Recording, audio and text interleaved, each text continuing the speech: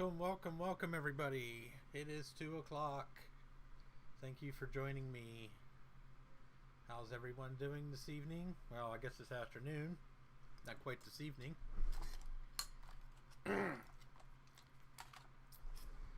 Thanks for joining. Give shout outs to Trina, Christian from Macintosh Garden. Thanks for coming. I know it's probably late for you. Highland, Zombie Geek, SadMac 356, Soulblats, Eeps to all of you as well. Unlike some people, I actually do real Eeps. How's everyone doing? Holland, thank you. I'm sorry, I am horrible pronouncing names sometimes. So, yes, my mascot is chilling on top of the stack of Apple IIs on the couch. That's Simon, by the way. He is one of 10 in the house. I'm sure we'll see another one, possibly 2 during this stream, depending. I usually have at least 3 of them hanging out. So, but he's my old man. He's 16 years old. So he's a rescue from not really a rescue, but I got him when his original owner passed away a couple years ago, and he's been happily living in my home, usually on my computers. So yeah, well, Apple IIs I used in school. Yeah, I'm in my 40s, so we used Apple IIs when I was in junior high. So I have a little bit of nostalgia for the Apple II. I mean, in terms of 8-bit computer systems, it's the only one I really have any extensive experience with. So the 2GS is my favorite as well. The 2GS is probably the coolest 8-bit computer you can buy, because it's not even an 8-bit computer. It's a 16-bit computer that has basically an entire Apple II on one chip. So it's pretty wild. So, and when I got to high school, we had DOS based computers running Windows 3.1. So, that's where I got my love of PS2s from. That was the first time I used PS2s, was in high school. So yeah, the 2GS is what the Mac should have been.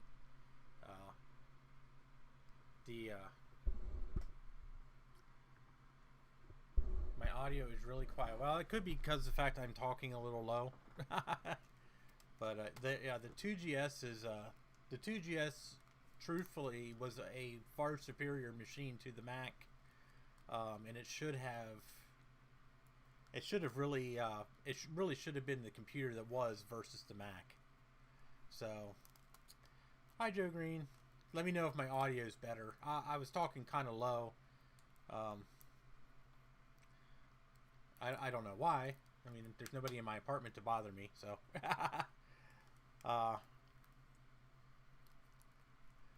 Yeah, I'm 42, so I have, I grew up. I was born in the 70s, so I grew up in the 80s. So I was one of the lucky, I was a lucky one. I got to see pretty much the entire microcomputer revolution unfold through the 80s and 90s. So, yes, Joe, the one you see is my PS2 Model 50Z, and then right underneath it is an IBM PS2 Model P70. I've done many videos on the P70. I've only done one on the 50Z so far. So, yes, I am a PC guy too. I don't use a PC on a daily basis. I have no inclination to use a PC on a daily basis. So, I don't care for Windows 10 or 8. My last preferred version of Windows was 7. But I'm a DOS geek. And yes, I was actually thinking about making a strict PC channel, um, and putting my PC content on there so it doesn't kind of muddle up my Mac-based content, because I do like doing both. Um, but the problem is right now I don't really have enough. I don't think I really have enough PC-related content to really push a second channel at the moment. And if I had a lot of subscribers, I would probably consider it more. But at this point, with only having like 350 some odd subscribers, I'm, and I don't do this for a living either. So this is a hobby for me. So, but it's an idea I've thrown around. I am thinking about starting up a second channel for playing old computer games. Me and Steve are from Mac 84 were throwing it around the other night, and we were talking about playing games on real hardware and streaming it on YouTube. Like, people stream Call of Duty and stuff like that on Twitch. We were thinking about streaming Prince of Persia on the Apple II on YouTube. So it's just that it's something we were throwing around. It might happen, might not, So, oh, you shorted out. Oh, that sucks, dude. Those Quantum Bigfoots are good drives. Yeah, I'm sorry to hear that, Joe.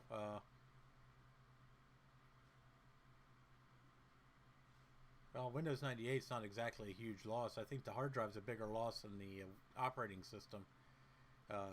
Those Quantum Bigfoot drives were actually pretty quick for their specifications. So I would try finding a dead drive somewhere and just scavenging the controller board off of it. I mean, it shouldn't be too hard to find a dead Quantum Bigfoot. I mean, those things were in everything in the mid-90s. So, Quantum actually made some pretty good drives. They were bought by Mac Store in the 90s, and then Mac Store was absorbed by Seagate. So, Quantum they were decent. They had some pretty decent drives. They weren't the fastest. Apple was a big OEM user of Quantum drives in the 80s and 90s. They used a lot of their SCSI drives because they were cheap. So, yeah, the days when they weren't an oligopoly. Yeah. Oh, my God. Oh, Lord. There were so many. In the 80s, there was probably... It's like every Tom, Dick, and Harry wanted to get into making hard drives. And you had companies. Of course, you had Seagate, and then you had Western Digital. They're still around. And then you have, oh my gosh, you have companies like Miniscribe and Rodime and Tandon, and there were so many hard drive companies back in the days, and some of them took off, like Connor and Quantum Technologies. They were a real good company, actually. Connor was their drives weren't the greatest, but they were cheap, and everybody, and of course IBM was making their own hard drives, and so it's just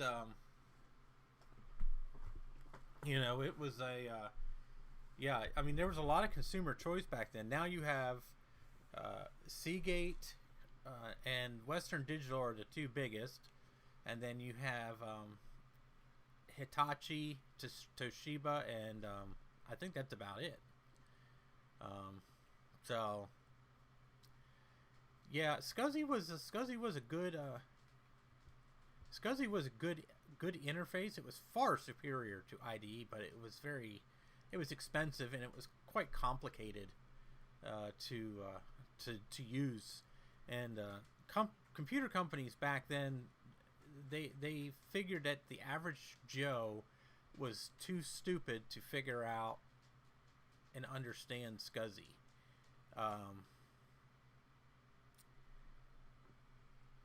Oh, Hitachi. Oh, see, that tells you how far out of date I am. I didn't realize Hitachi was absorbed by Western Digital. Oh, okay. So, I pulled an old Mac SE from an e-waste place this summer for $1. Good, good. Glad to hear that. Got to save them, dude. I mean, we gotta keep them going.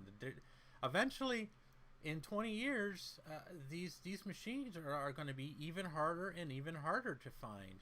And the Mac SE is an awesome machine. That thing is, for one of the earliest compact Macs, the SE is the best one.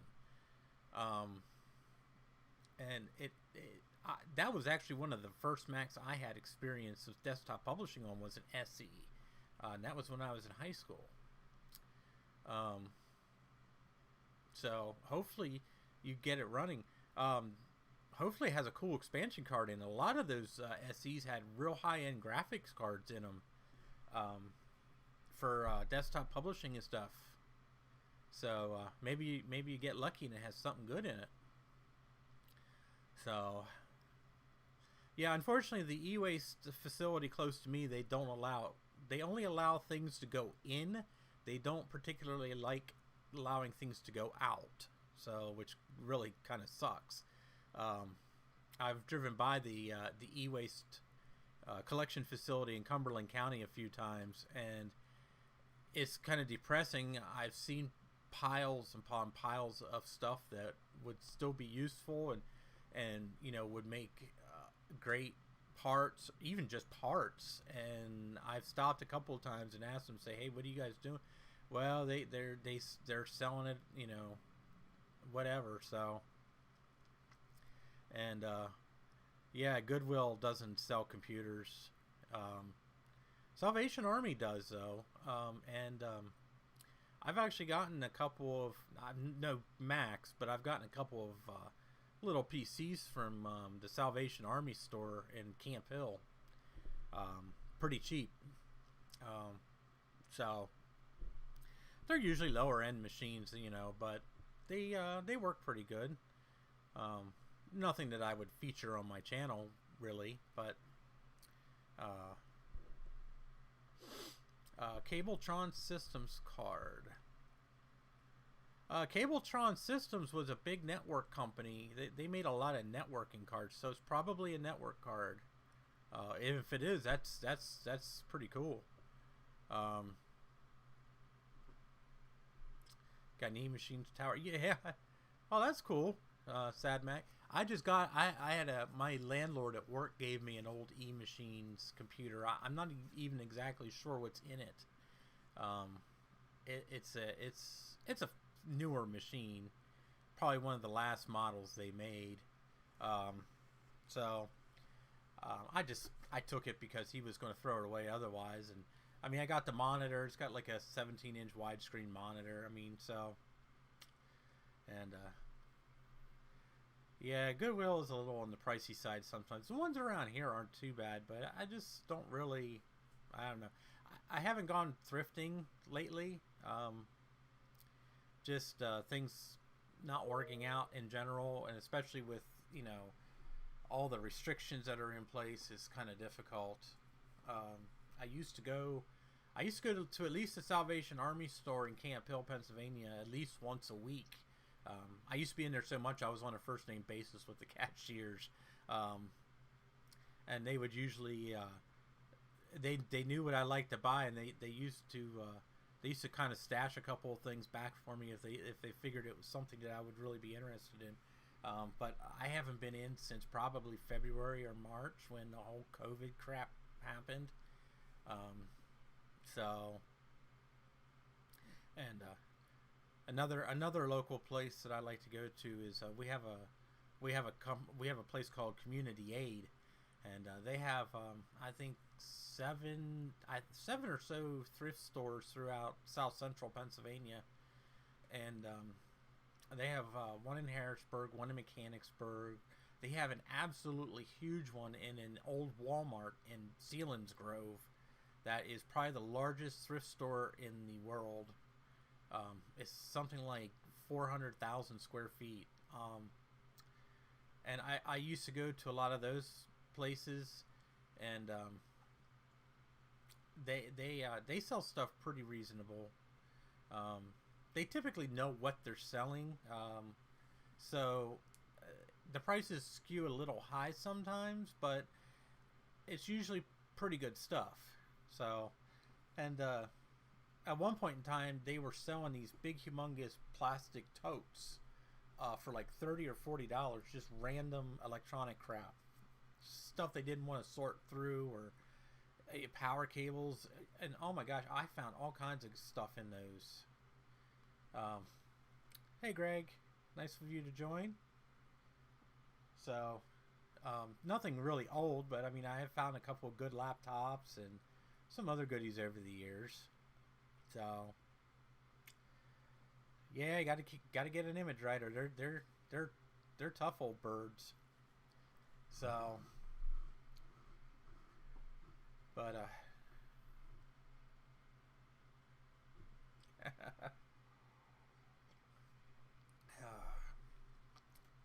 so, and for anybody who's joining, Hrutkay Mods is Greg Hrutkay from Mac Shack or Mac Yak, and today is his birthday. I'm not going to tell you how old he is because honestly I don't know, but I know it's younger than me. So everybody wish Grudy a happy birthday.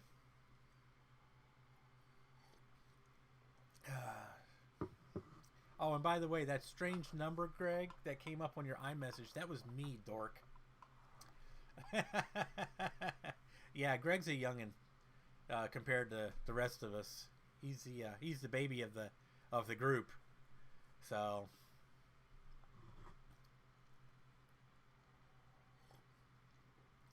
but hi Dana, nice of you to join.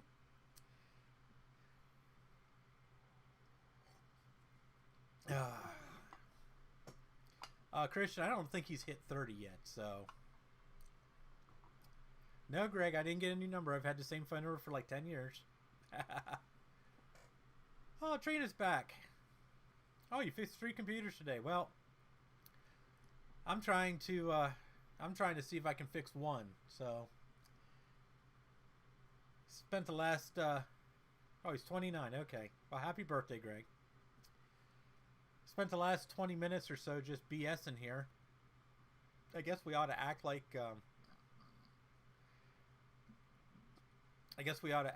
we have a computer here to actually resurrect from the dead. So here's my goal for the day. So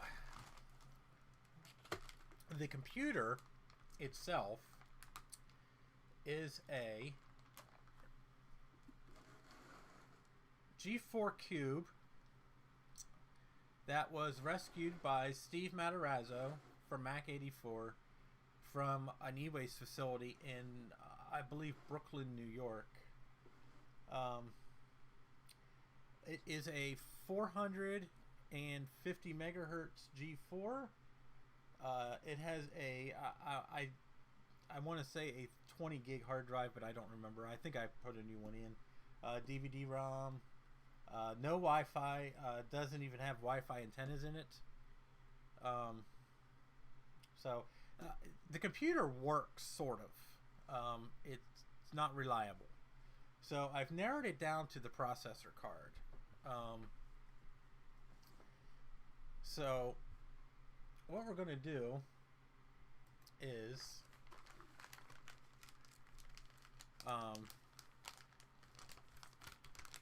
Trina, that is Simon. He's my old deaf white cat, so I can sit here and scream all I want and it doesn't bother him. So thanks to one of our community supporters, David Stahl. If you're not subscribed to his channel, he has some pretty interesting content on his channel. You ought to check him out. I traded. I didn't buy these. I traded him. He needed some books. He needed some parts to restore a PowerBook G4 15-inch he was working on. He's had for a long time. It was all beat and banged up. So I had some extra PowerBook G4 parts that were in really good shape. So I traded him those for some processor cards. He was only going to send me one, then I got two in the mail. So we have a choice. We have I have a 400 megahertz processor card, which that would actually be a downgrade for this particular machine. This machine was a 450, and then we also do have a 450.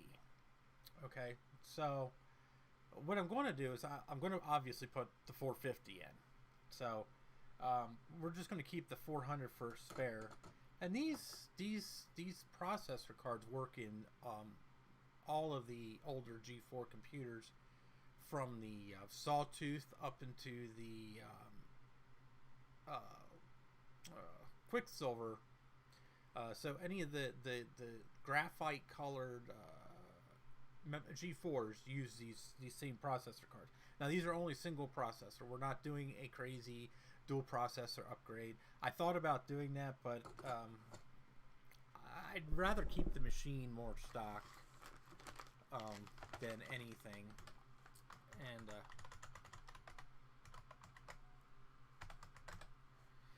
so we're just going to keep it stock in terms of the processor. Now the other thing that I have, and this was courtesy of Steve, is I have a GeForce 2 MX video card. This is an upgrade over the ATI Rage that's in the machine. The ATI Rage is only a 16 meg card. This one's 32. This was an optional card for the Cube, and this I know works. This will also retain the regular VGA and ADC on it, and I do have ADC displays.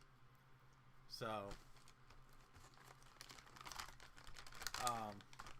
that's the other thing I want to do while we're in here. So, and if anybody knows anything about the G4 Cube, you all know that it's an absolute nightmare to deal with. Hi, Lydia. Come here. Oh. As I said, we're probably going to have more than one cat grace our presence. This, everybody, is Lydia. She's a big black floof ball. And she's not too thrilled with being picked up at the moment. She's a little pissed. So, love you too. So, she's a little upset that she couldn't jump on Daddy's desk. So, she likes to sit up here on the back of my chair, and she's the reason that my chair looks like it does. She gets up here and she just claws at it. Hello, Tobias. How are you today? So, we're going to attempt this.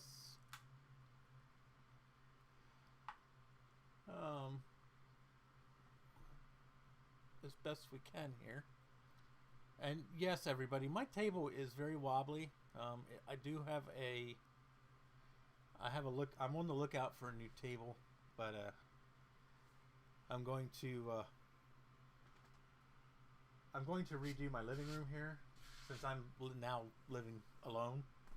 So like the couch and everything behind me, this is gonna go, and we're gonna have a little Mac workshop in here. So, or a computer workshop. So, what we're going to do is we're going to open this Cube. And this thing is fiddly to get open because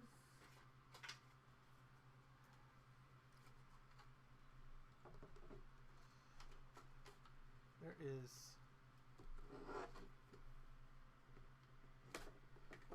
Not on that side. There's something jamming it. Okay.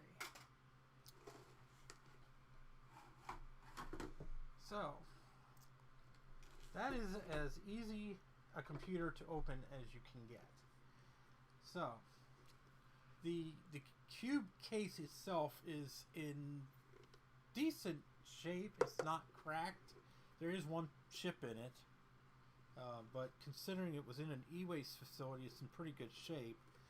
My intention is to tear it all apart, and I'm going to buff it up really good and see what it looks like. And I think I might go Sean's route. Oh, Trina, you're welcome to come down here and build me a workbench, dear. I'm not going to complain. So, and I might do a mod like Sean from Action Retro did on his, and I might do RGB or lights, something there. So, okay, now we got the computer open.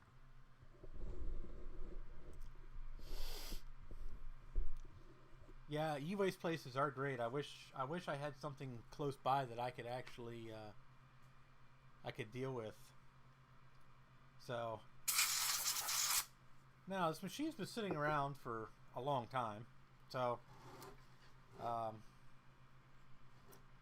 but we're going to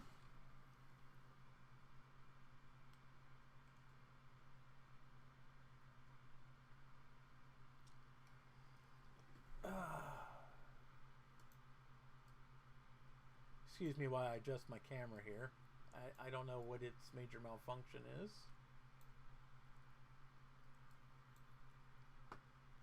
Alright, now let's try this again.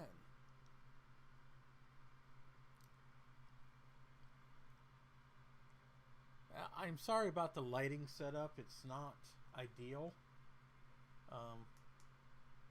But when I have enough light for me to see, then it looks like it's really kind of washed out on screen. So so here's the computer. Now, for anybody who's never dealt with a G4 Cube, so it's an 8x8 cube. Has a PowerPC G4 processor. It has a DVD-ROM drive at the top here. It is top loading, and every one of these drives by now is getting pretty flaky, where it'll read and write fine, but it doesn't like to eject the disks. On the bottom, or on the side, we have the ATI Rage video card. This is a 16 meg video. It's AGP. It has VGA and ADC out. Over here we have the 3 RAM slots. Like a typical G4, this will accept a maximum of 2 gigabytes of memory. I don't remember how much I have in here. And then there's a standard IDE hard drive here. So, this is going to get, not today, but eventually this is going to get replaced for a SSD. You have to max out your sound to hear me. Huh. Well.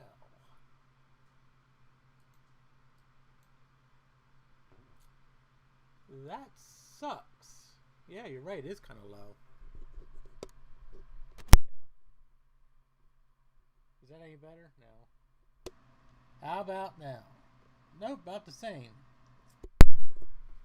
Oh, well, let's see what we can do to amplify here.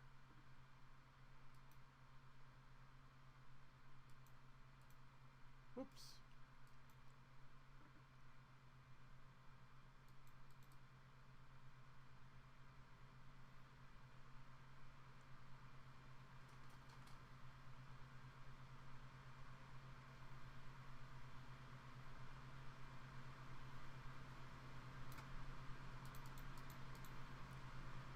Okay, how about that? Is that any better? That seems to be peaking a lot better.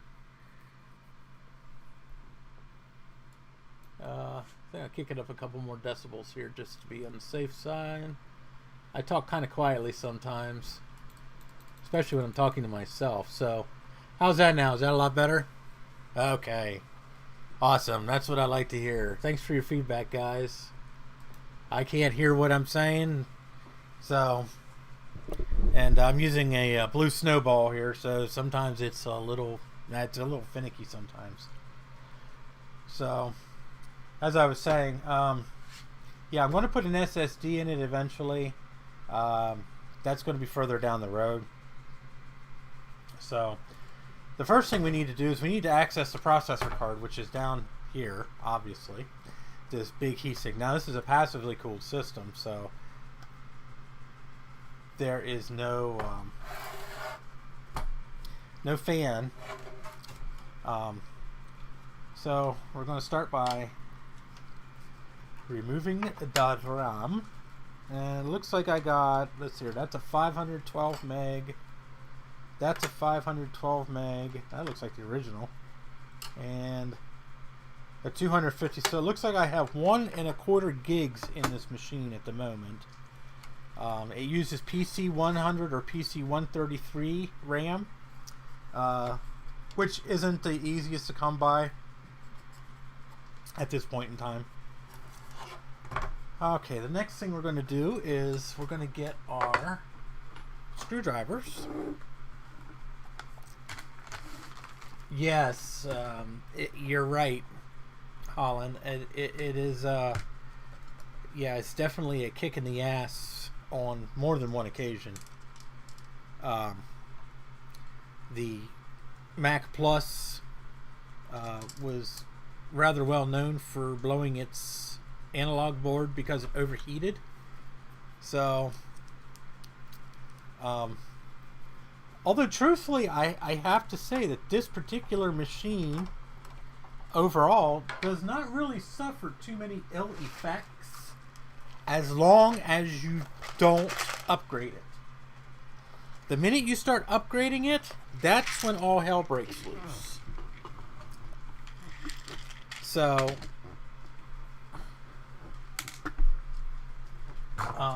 as soon as you start playing around with the internals and then, you know, putting upgrades and bigger video cards and everything else in it, that's when we start running into thermal issues on the Cube.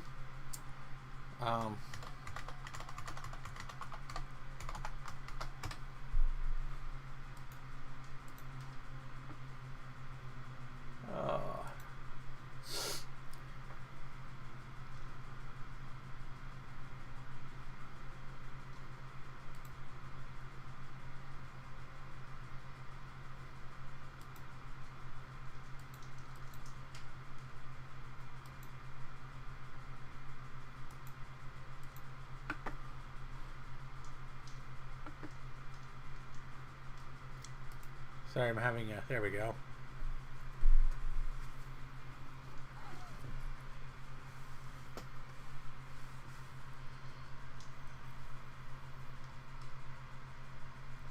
Yeah, the Apple III was a big one for having thermal issues, big time. And yes, the actual repairs, the repair people were actually told to lift the computer off the desk about 5 inches and drop it to help reseat the chips. Yes, that computer ran so hot it needed a heatsink big time. So, okay. We're going to pull the AGP card out, and this is in the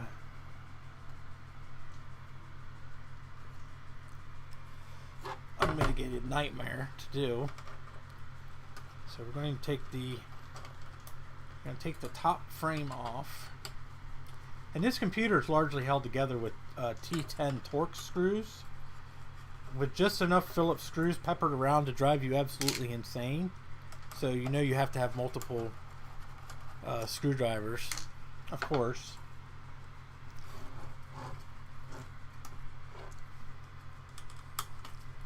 And this thing is built like a Sherman tank. I mean, it's a very well built machine. So don't let its diminutive size fool you.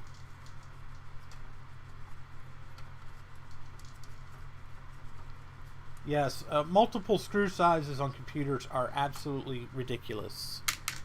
That's why I like the old IBM days. Everything was a flathead screwdriver or a 1/4 inch socket. It was pretty awesome. You know, now everything's, you know, of course, especially with Apple, because Apple doesn't want you to actually fix or touch any of your computers. So, you know, getting into these things is like performing major surgery. So we got the top off. There's a plug right here that plugs into the logic board. So you make sure you disconnect that and you don't damage it, because that's your power button there. So now we can pull the AGP riser out, and there's actually cables connected to this as well. So I pull it out like this, and then I pull the AGP card off. And this is a regular AGP card, by the way. It just has a specific, like where the slot cover is different than a normal AGP card. But we're going to take this off here and we're going to swap it onto the NVIDIA. So, and then we can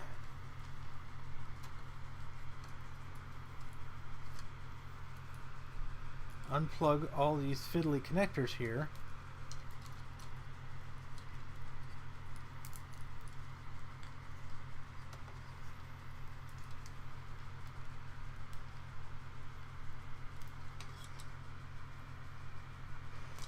Why is this not disconnect? There we go. Okay.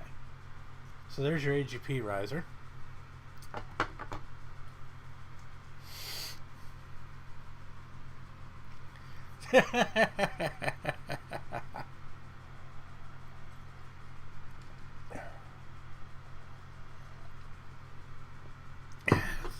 Yes, you must love when technology is created by marketing departments. That's never a good thing. So now we got a better look inside the computer here. Got all kinds of dirt here. So this is a modem. Here's your AGP riser, your AGP slot, and of course your memory slots. And this is the back of the computer, obviously. This little board over here. Oh, it is falling off. Okay. I think we might just leave that off anyway. This little board here is a voltage regulator. The biggest problem that these computers seem to have is that this voltage regulator board here seems to fail. So if you're ever having issues with your G4 Cube and can't figure out what's going on, that's more than likely it. These little standoffs, they just sit in here. There's little rubber retainers down there to kind of hold them in. They just pull out.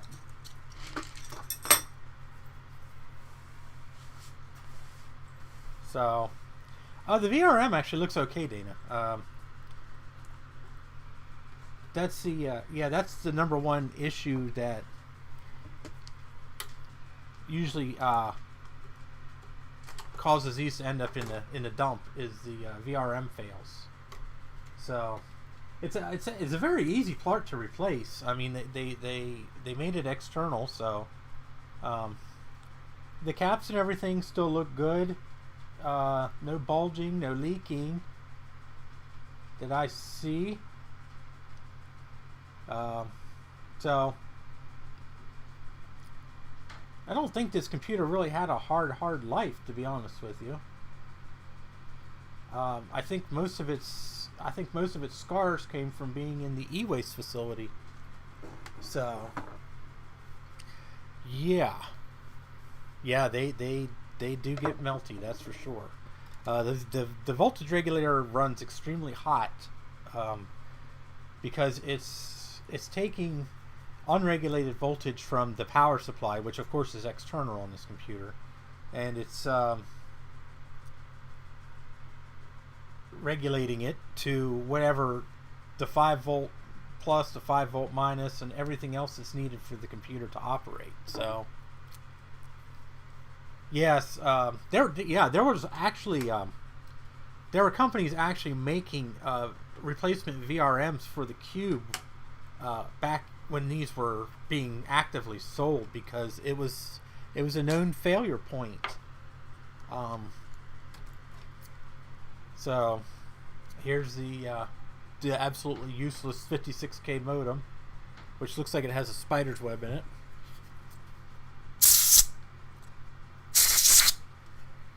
So this thing's absolutely useless today, but we're not going to throw it out because then I'd have a big hole in the back. So now we're down to the logic board. And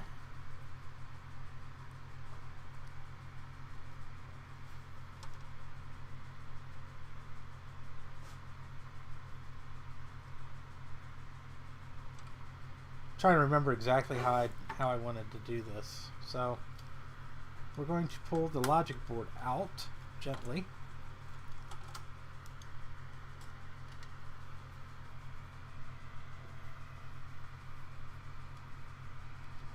Trying to remember where all the screws are here.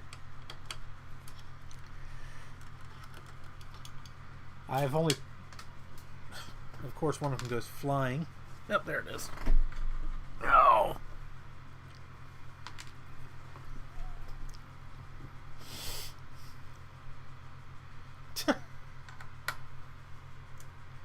I haven't been able to solve a Rubik's Cube in 33.3 years.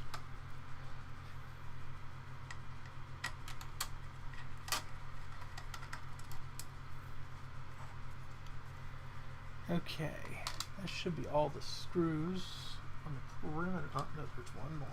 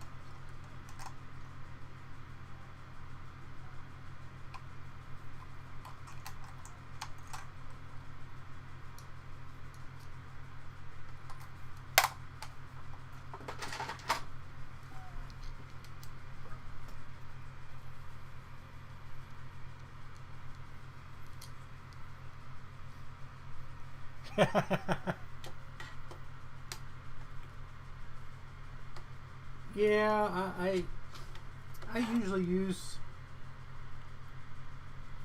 magnetic screwdrivers myself. I just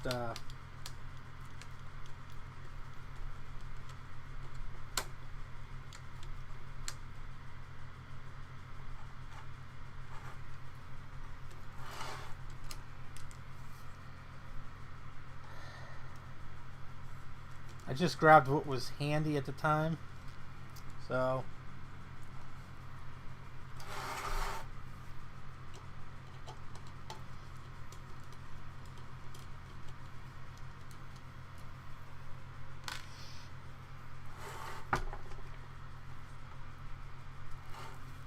oh, it wouldn't surprise me if there was anybody out there trying to make a PC based cube. I mean, the Cube is a really sweet design for any computer, PC or Mac. So yeah, it wouldn't surprise me in the least that somebody wanted to make a PC based cube. Oops.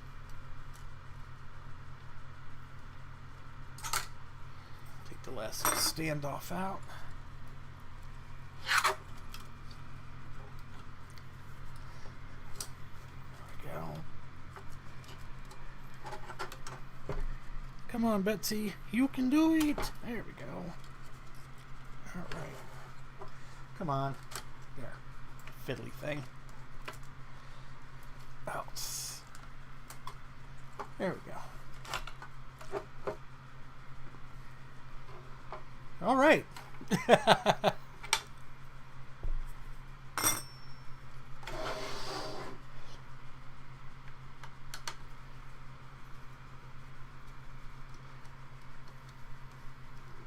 Yeah, I like the way the old aluminum PowerMacs and the G5s look myself. And I might be kind of biased in that opinion, seeing as how I'm using one. And I own several. Oh, you're talking about the trash can. Oh, yeah, the trash can's a horrible machine. It's cool looking. It is really cool. I think they were trying to... I don't know, I think they were trying to kind of recapture the nostalgia of the Cube. But kind of went about it the wrong way.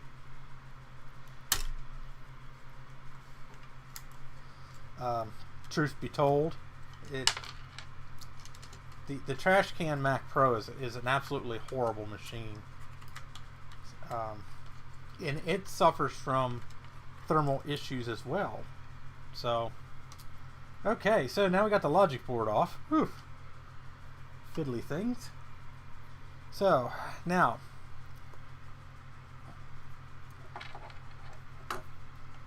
there's these three, when you reassemble, there's these three standoffs that go on here that you need to make sure are on there. So, because the screws actually go through the logic board, go through the processor card, and screw into the heatsink. So, 20th anniversary Mac is really cool. I've never actually in my life seen one or used one, but I've always wanted one. Obviously, everybody wants one. So all we're going to do is we're going to pop the okay. I always thought the processor card was glued to, I guess it's not. Okay. Well then. Shock to us all.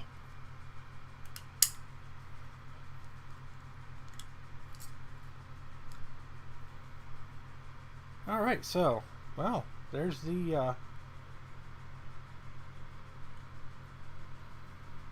Nah, I'm not gonna do that. Why would I do that? That's stupid.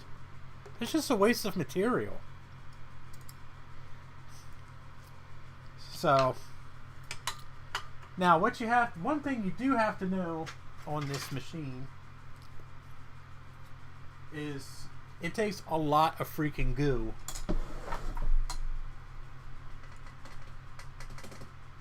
Where is my goo? Uh-oh. I'm gooless. No! Oh, I know. Yeah, this machine is cool as hell, and yet extremely poorly designed. And I'll show you why as soon as I find my goo that I know I have, because I just bought some the other day.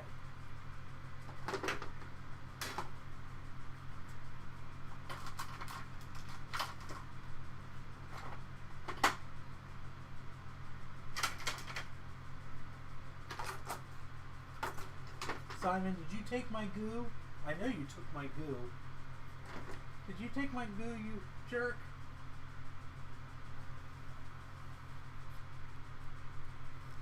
Oh, alright, well.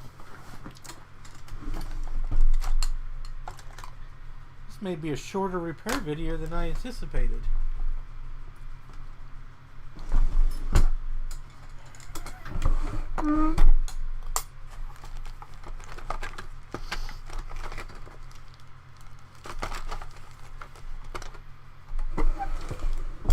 Because we are obviously not going to reassemble the computer without goo. Aha! Does goo. Oh. So.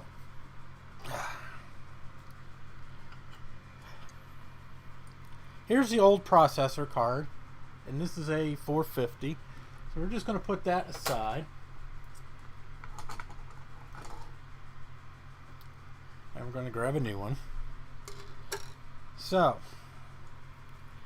now, this here is the heatsink. This big ass black thing. And there's barely anything on it. And what's on it is pretty dry. This here is another part of the heatsink. So what we need to do is we need to scrape that.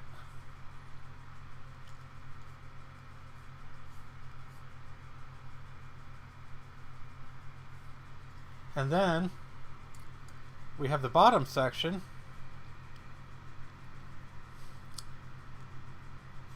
where that actually touches the processor. So now that we got all the old goo off,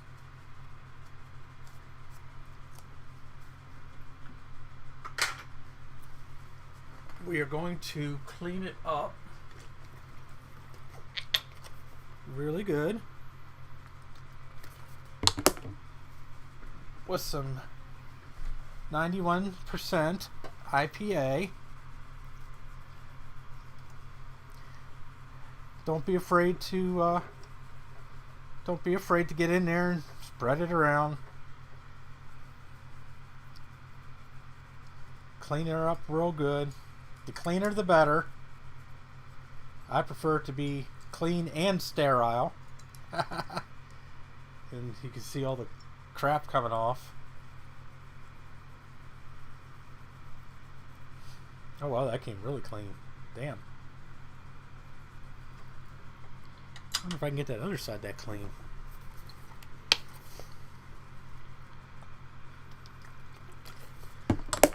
Yeah, I take the liberal route when it comes to using the alcohol. I'm not afraid to clean. Trust me, I want to see my face in it when I'm done. Although that'll never happen. But so I just use a microfiber cloth, and I just put the alcohol right on the cloth. Some people use Q-tips or cotton buds or whatever. I'm not afraid to get in here. They're nice for working on small spaces, but there's a lot of room here, so there's no reason we need to do any fine work.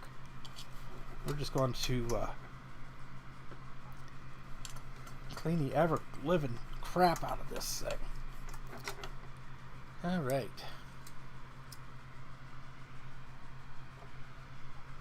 I'm still not happy with that.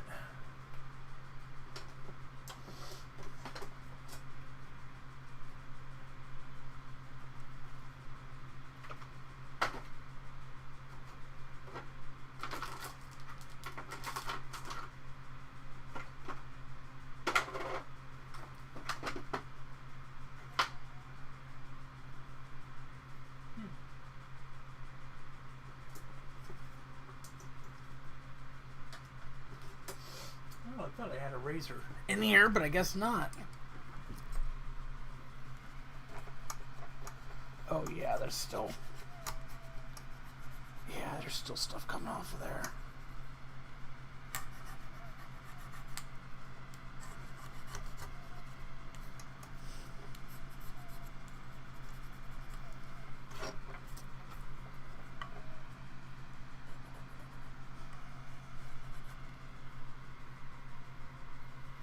That's better. I like that much better.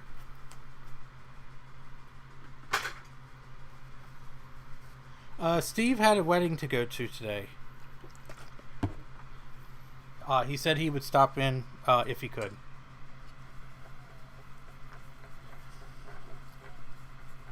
He totally forgot about it until this morning.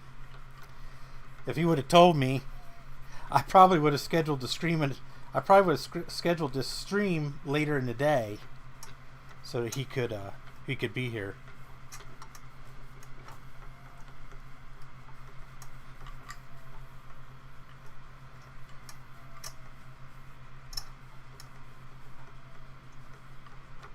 All right, that looks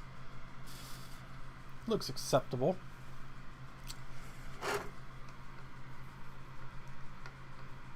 Yep, I'm happy with that.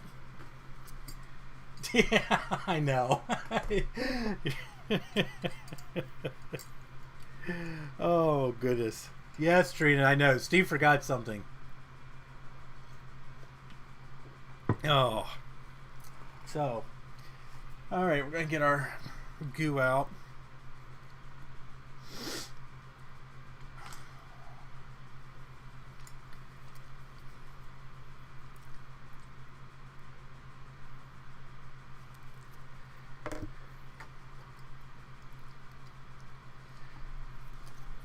So when you're doing, there's 3 holes on the processor card, and then there's 3 holes on the heatsink adapter plate. They just line up, and then there's 4 pins that hold the card in.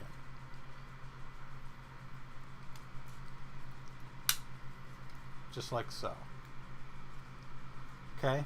Now, the other thing we have to do is this whole piece of steel or cast iron or whatever it is sits on the actual heatsink. So what we need to do is we actually need to paste this entire thing. Now, I know you guys are probably going to go crazy and say, oh my gosh, he doesn't spread it around. No, I don't spread it around on the processor. I prefer to let it go its own way instead of artificially spreading it on the processor chip, simply because this is the way the card's going to be in the computer. It's going to naturally fill in the air gaps on its own. The only thing you have to do is make sure you have enough. So I prefer to do it this way. Now this side here, that I'll spread out. So, and I bought this entire tube of thermal paste just to do this one computer. And it's not a very big tube, so I mean, it's not like you know, it's not like I'm using like 150 cc's or anything on this thing. But this is a very large thermal project. So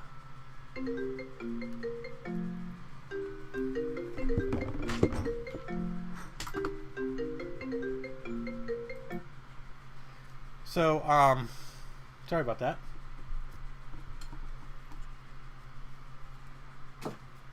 So therefore, this section here I will spread out.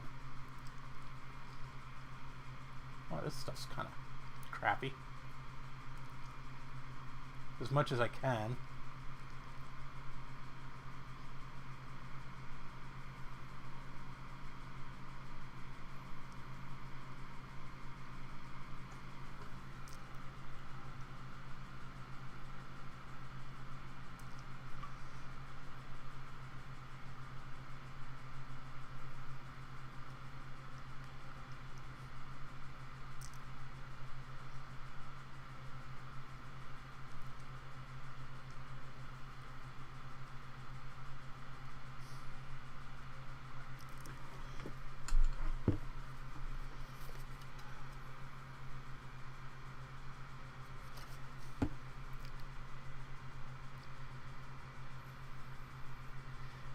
I just want to make sure this thing isn't going to overheat, Dana.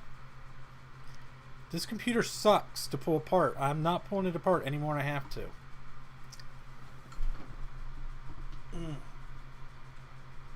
I absolutely freaking hate working on cubes. I can't stand them. I love the machine. They're a great machine, but I hate working on the damn things. So there's an indent right here, and that's for this. That's for that coil. So it just lays there. Yeah, it's not the greatest pace. It's actually kind of crappy. I'm a little disappointed with that particular tube. I don't do a lot of projects where I require large amounts of thermal paste, so I typically buy it as needed. And a lot of times I get it from Amazon. I try to get the I usually try to get the Arctic Silver or something equivalent. Well, this time I got some from Best Buy yesterday or the day before, I can't remember. And yeah, it's that Corsair stuff. And normally I don't have any trouble with it, but this particular batch is kind of disappointing. So now we have to attempt to put this thing together.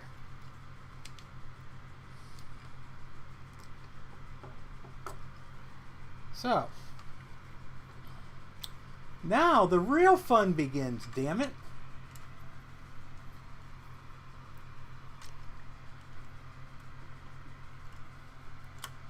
And I'm sure there's probably easier ways to do this. Believe me, I'm never going to tell anybody that my way is the right way, because I can guarantee you there's probably a significantly better way of doing this.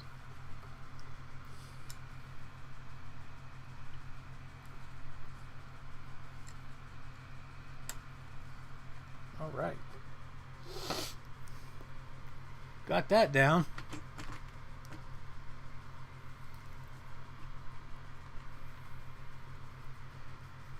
Fat PS. Yeah, I don't have any experience with the PS2 repairs. I've heard that they can be a real fiddly mess.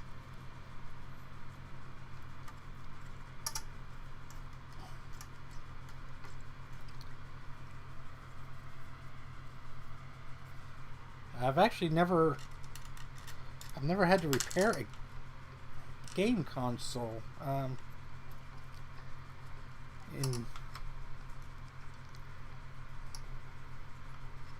Oh geez, yes.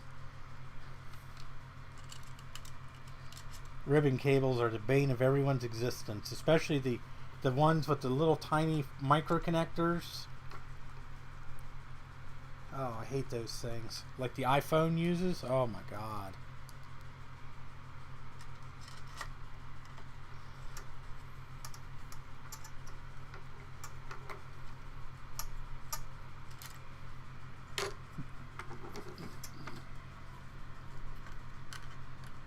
Getting all three of these screws to line up just perfectly is a real chore too.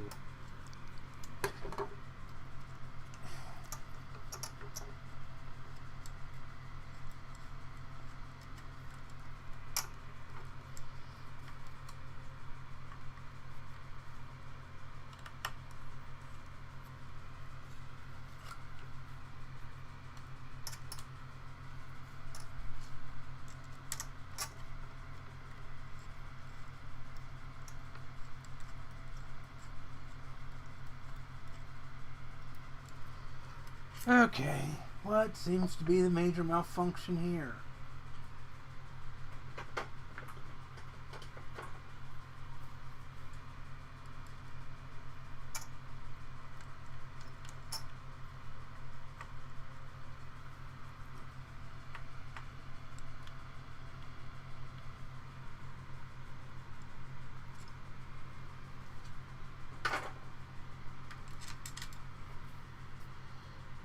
Yeah, it would help, I know.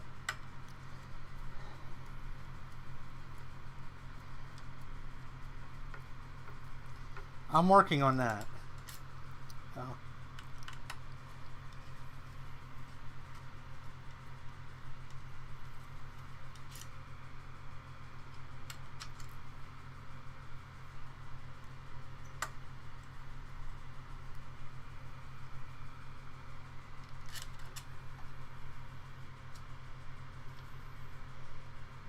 Yeah, I know.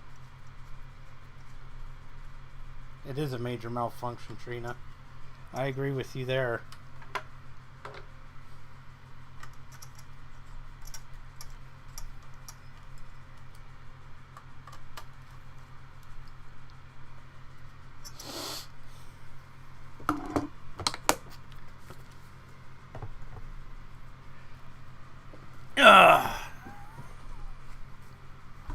All right.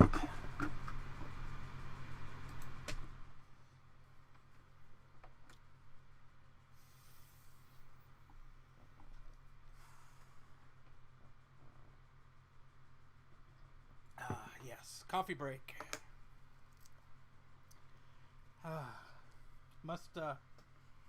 Must break for coffee, and I am drinking the nectar of the gods, which we call Tim Hortons.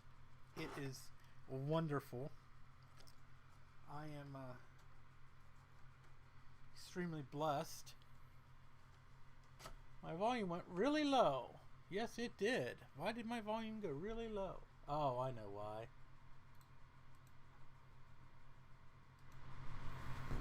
There, try that. Hey, there we go. Yeah, it was the coffee.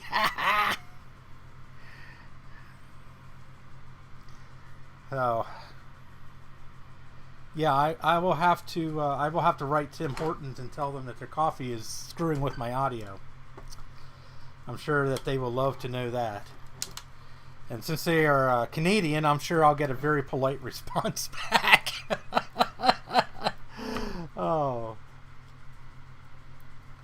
It's like, dear Tim Hortons, I really love your coffee, but can we do something about it messing with the audio of my live streams? My viewers really don't like it. Oh, goodness. Oh, well, let's see here. I hope if we did this in the proper order.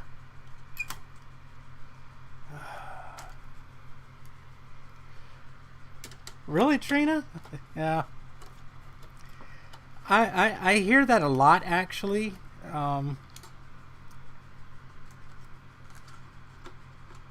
And, you know, I think the reason that I like it so much is because it's kind of a...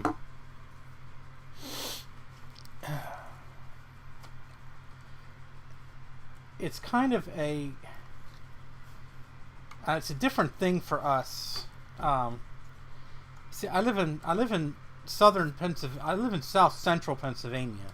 I'm only where I'm located.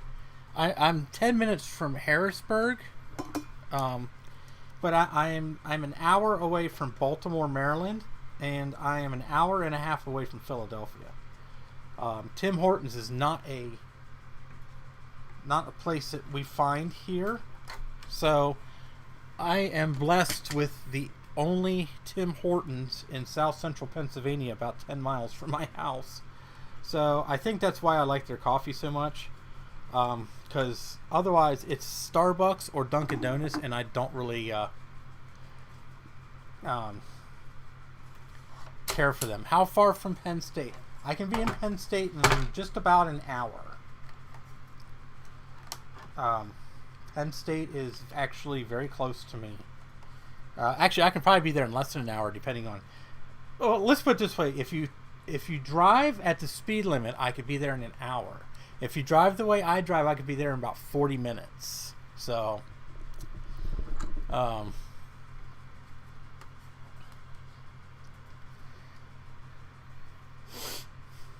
yeah, I drive like a lunatic. So... kind of amazing for a guy that drives a Saturn, but yeah, I drive like a lunatic. So, but it's one of the plus sides to living in Pennsylvania is local police departments don't use are not permitted by law to use radar guns. So therefore, we can all drive like a bunch of idiots.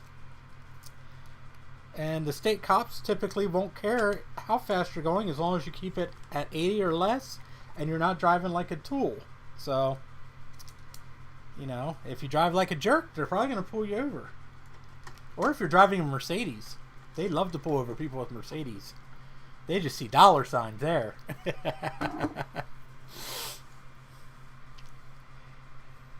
Oh, yes, I know. Yeah, down there, God, they drive like idiots down there. They make me look sane. Oh, my goodness. Hey, Dave. No, I'm just now putting it back together.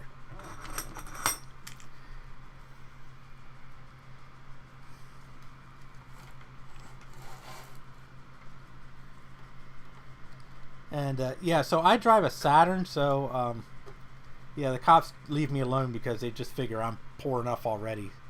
They don't want to make it worse. So, and I appreciate it.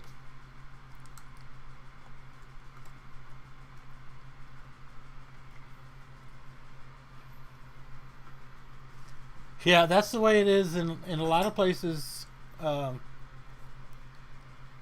around. Like, I go into Maryland and they'll pull you over for doing 2 over the speed limit in Maryland.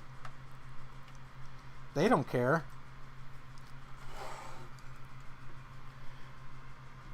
See, in Pennsylvania, they can't even pull you over if you're doing until you're doing 6 over.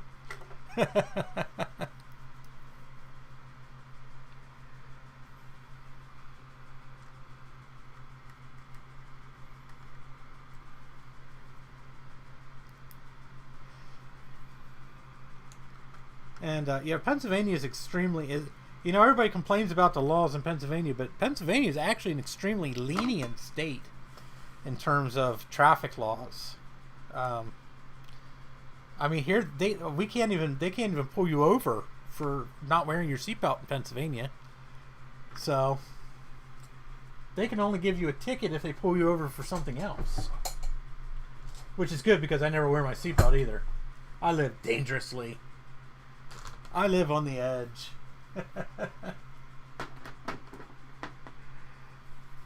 Yeah, PA's liquor laws suck. Oh my God, do they suck. They are horrible.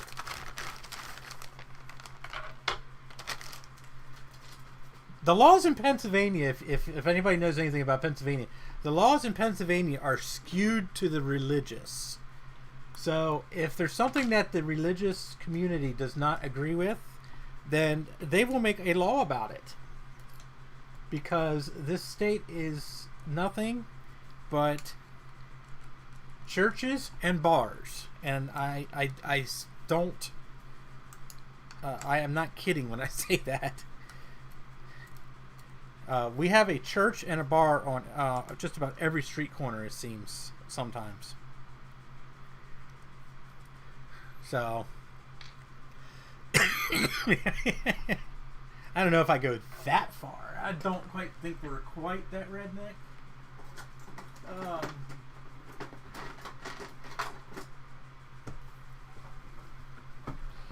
We're definitely up there, though, I will say.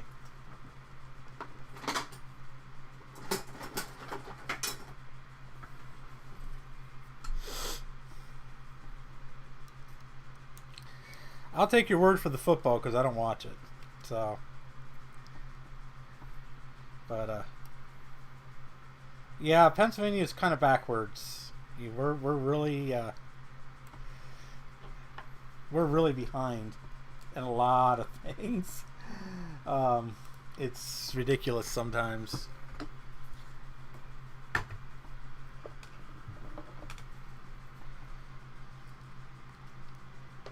Well, if I was a college football fan and I didn't root for Ohio State, I would probably get disowned by my entire family since we are all from Ohio. And almost every person in my family has attended Ohio State at some point in time. I know that sounds blasphemous being in Pennsylvania, but that's the way it is. So I'm not a football person. I don't particularly care for sports. So, but if I did have to root for a team, yeah, if I didn't root for Ohio State, my brother would stop talking to me probably forever. So,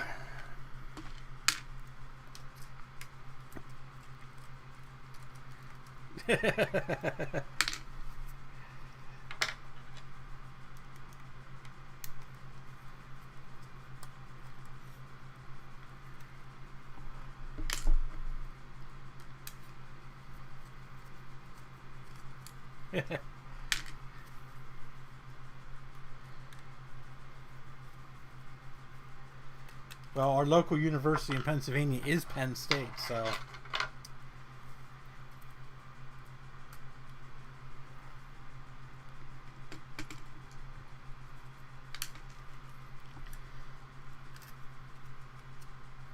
All right, so we got the bracket off of the G4 2. I gotta forget what I was working on here.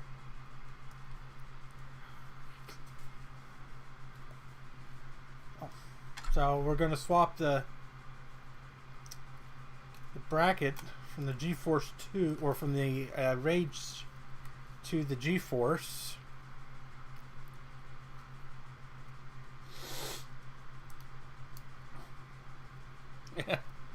Don't feel bad. I could never afford to go to college either, dude. I couldn't even afford to finish high school at $20,000 or $10,000 for my senior year of high school. So I haven't even finished high school. And to be honest with you, I've never had an issue not having a high school diploma in my life. So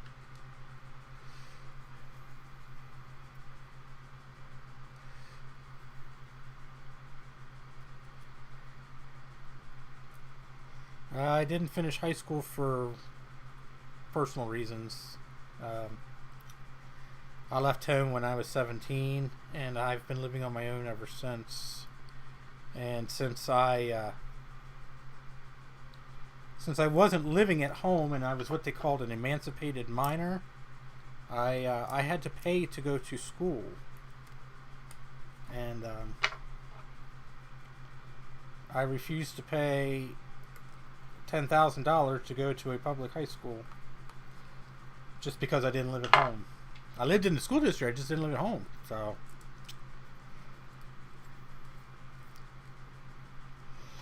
yeah, well, this is Pennsylvania, so welcome to hell.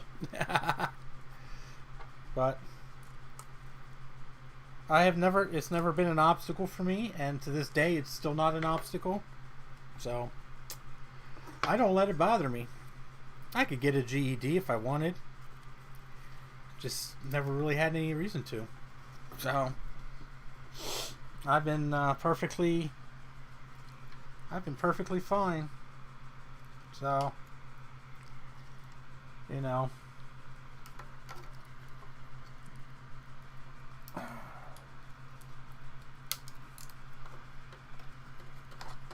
All right, so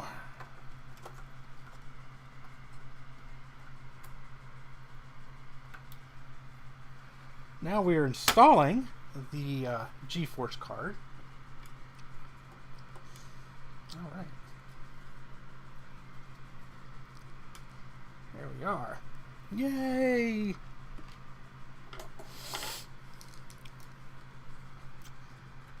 Yeah, if it came down to me needing to have a diploma for some reason, I'd go get one.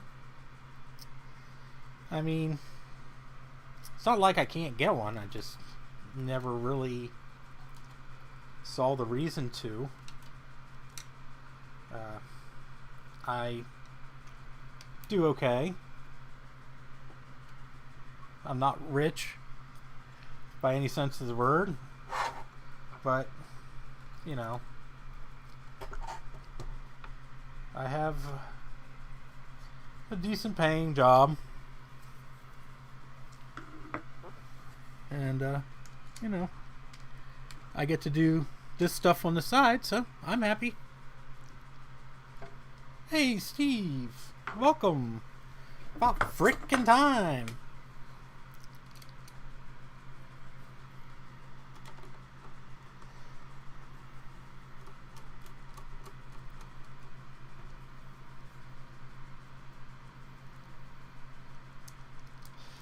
Yeah, I know how you feel about trying to get experience, and see that's what's saved my butt. Talent is I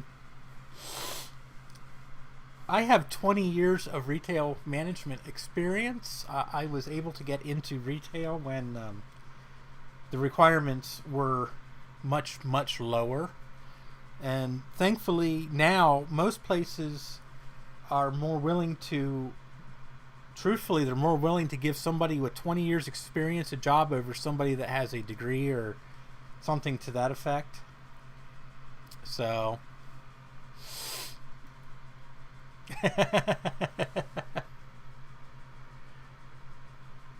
I didn't say a thing about you there, Steve, giving me anything faulty.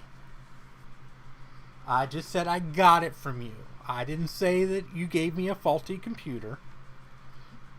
By the way, Steve gave me a faulty computer. Actually, better yet, he sold me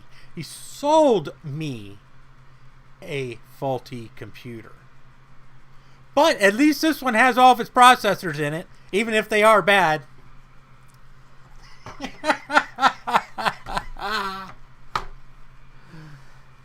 I had to get that one out. Sorry.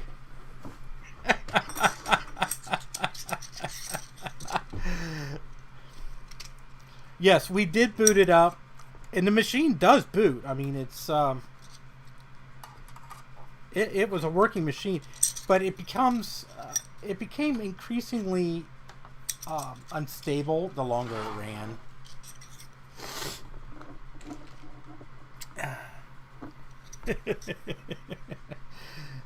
Hey, shit happens, you know.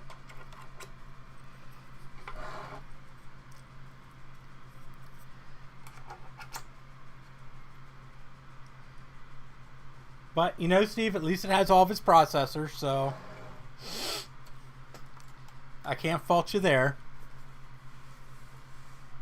Yeah, I'm not mad at Steve. Trust me. Not by any sense. Shit, this is the shit that happens, you know? I mean, what are you gonna do? I mean, you know, it came out of a freaking e-waste facility, you know? It was getting ready to go for trash. So, you know, it's always, no matter what, it's always, this stuff's always a crapshoot. Dave sent me a 400 and a 450. The 450 he pulled out of his cube. Dave Stahl actually has a 1.6 gigahertz Sonnet upgrade in his, I believe. Or no, I'm sorry, no, that's not him. He has a dual processor. That's what he has. So Dave has the dual processor. Sean from Action Retro, I think he's the one that has the Sonnet upgrade. It's hard to keep all these guys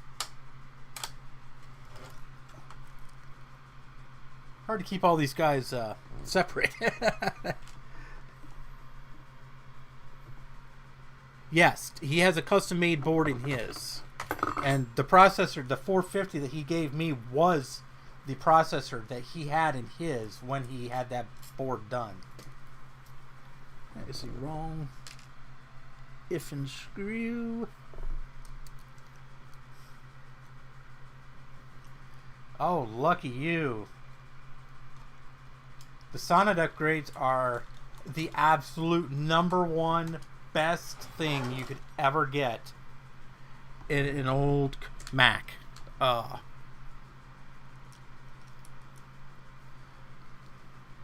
They are, yeah, and Sonnet Technologies is still around. So I actually have one of their USB 3 cards in my Mac Pro. David's channel is just David Stahl. Steve can probably type it into the chat.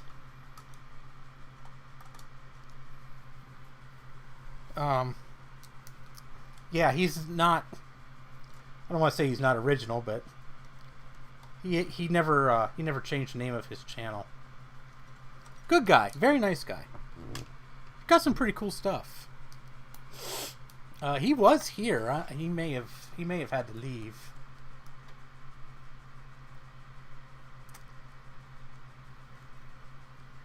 But he yes, he graciously traded me some PowerBook G4 parts for these processor cards. I was actually going to scavenge one out of my... Whoops, that one doesn't go there. Oops. Out of my G4 sawtooth. I have a couple of G4 sawtooths in storage. I have a single and a dual, and I considered initially. There we go. That doesn't go in there either. What the hell?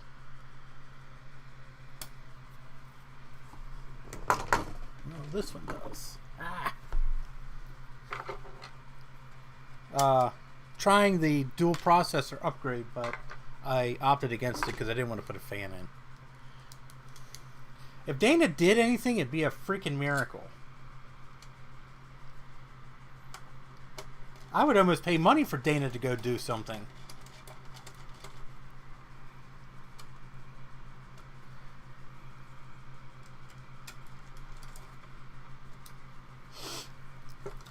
And Dana's a good guy too. He has a channel called Dana Does Stuff. Though truthfully, I'd be damned if I know what he does.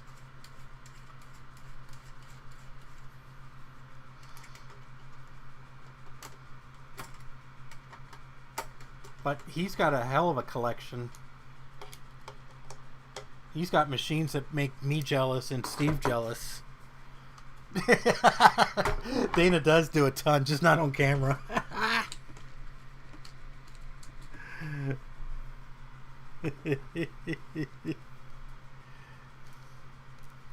Yeah. Oh. Okay, everybody be nice to Dana. Please don't upset him. Oh my God. This thing was going so well until Jay showed up. So everybody give the middle finger to Jay from the House of Moth.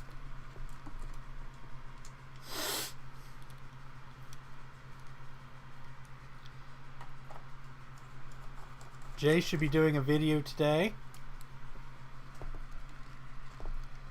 So, and if he's not, then he should be. Oh, thank you, Dana.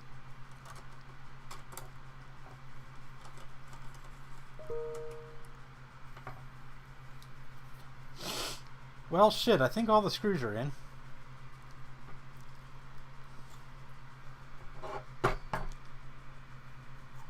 Oh, not all of them.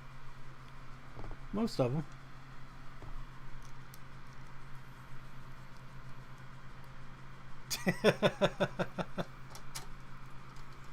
Cursed by the cat emoji.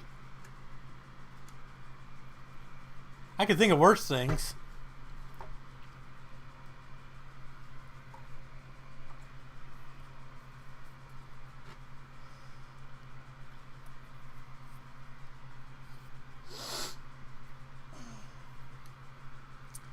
Boy, I'm about tempted to take this airport slot out.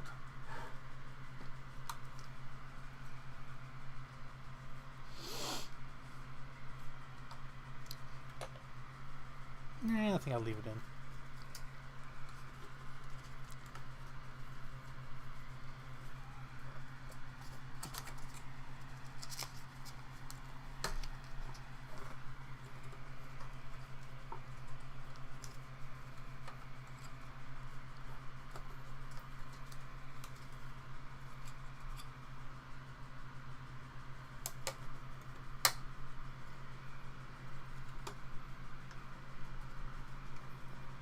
I have an airport slot, but I have no airport aerials. So.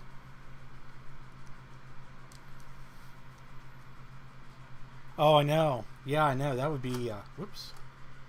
That'd be awesome for somebody to make an up-to-date Wi-Fi card for these old airports.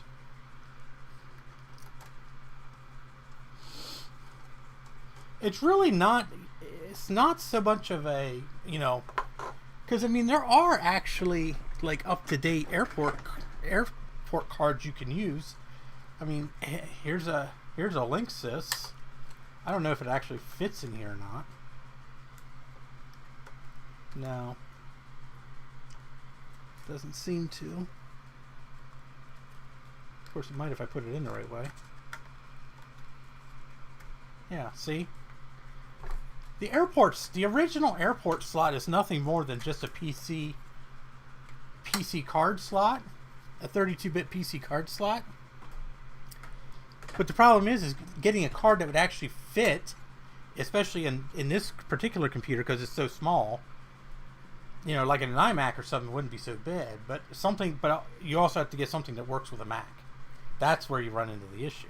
Like that Linksys card only works on PCs. So. I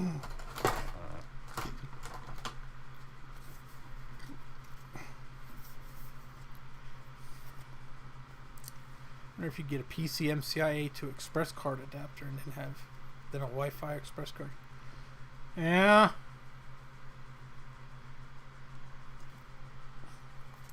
You probably could, but I don't know. I've never been a big. I'm not a big Wi-Fi person in general. You know, I'm just gonna leave that off because all it does is get stuck anyway. I've never been a big Wi-Fi fan in general. I mean, it does have its uses, but you know, if I can directly connect a computer to my network, I'll do that versus a Wi-Fi card. Yeah. Oh, and that's a good reason to do Wi-Fi. I mean, you know, especially if you're like in a rental or something where you can't just drill holes in the walls willy-nilly. You know, then yeah, I mean, Wi-Fi is the way to go, and there's nothing wrong with Wi-Fi. I was never a big fan of it in general. Yes, but mine does have the airport card spot, but I don't have the aerials to go with it. That's what I was saying, Dana.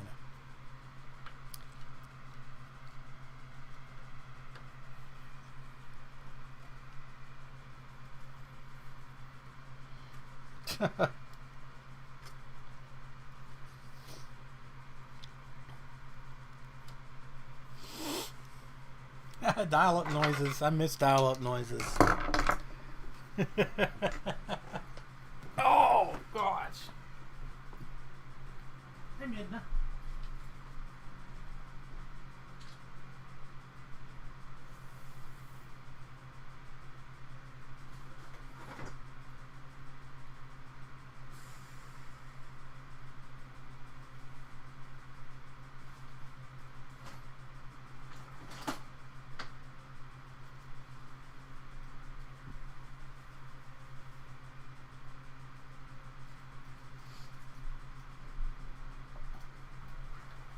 Okay. Well.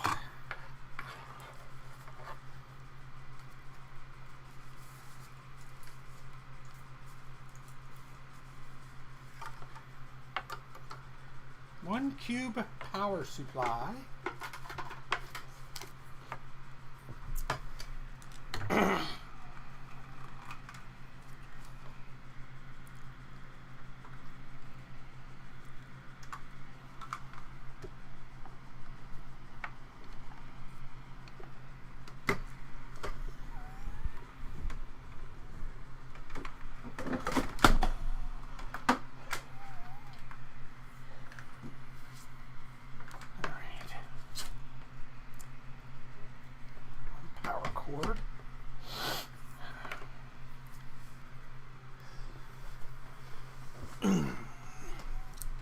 No, I have not opened the power supply. Yes, Steve did give me a working power supply. The power supply works good, actually. Right.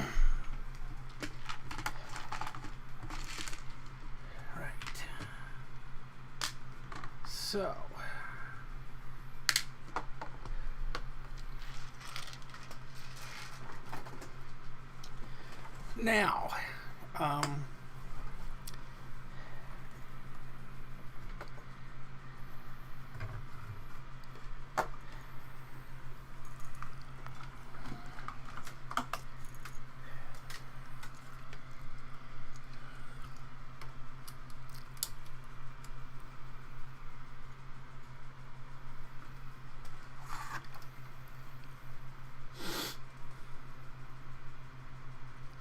Now, capacitor plague has been plaguing us since the late 80s, I would say.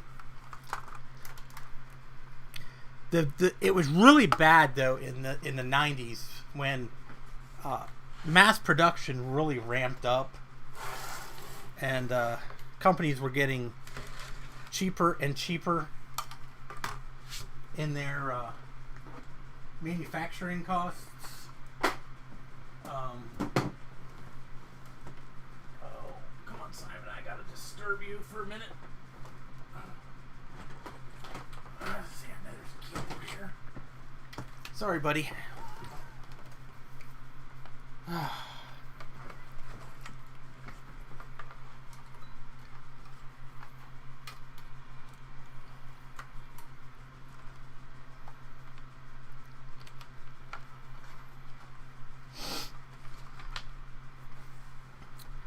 Okay.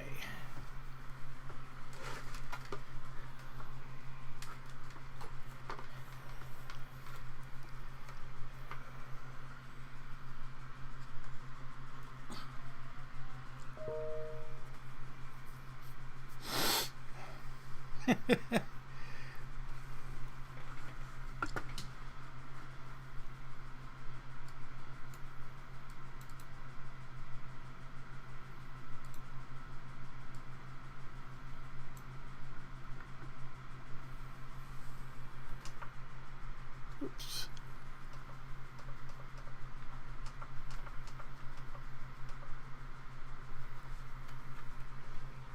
Okay, so now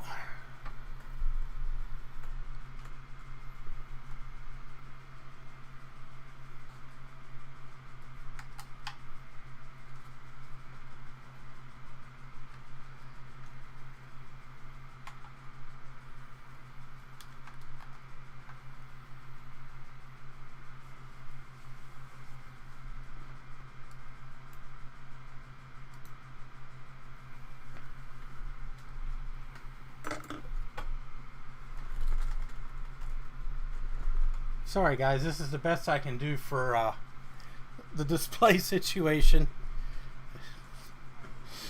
I'm working on getting a video capture device.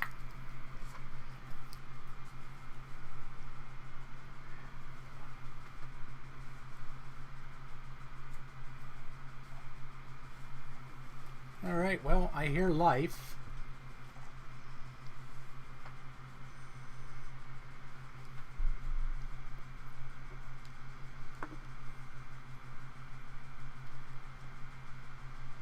That's promising.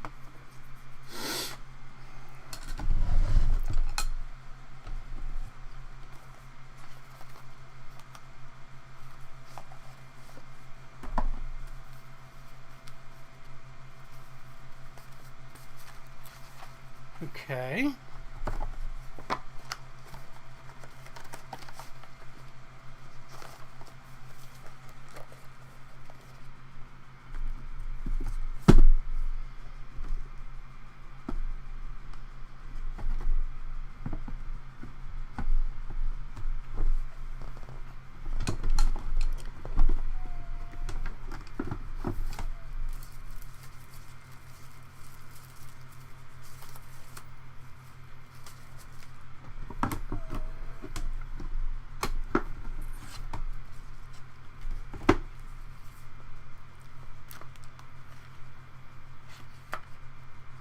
Trying to locate my copy of OS 10 here. Bear with me a second.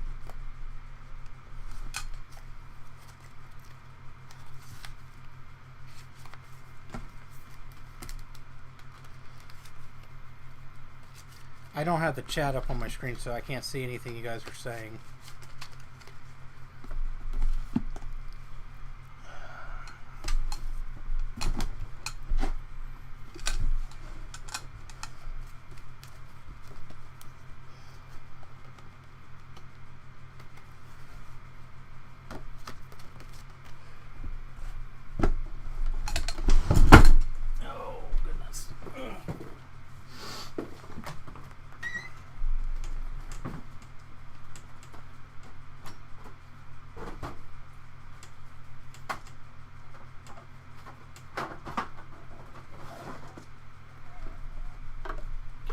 Big box OCDs out. Got this. Oh.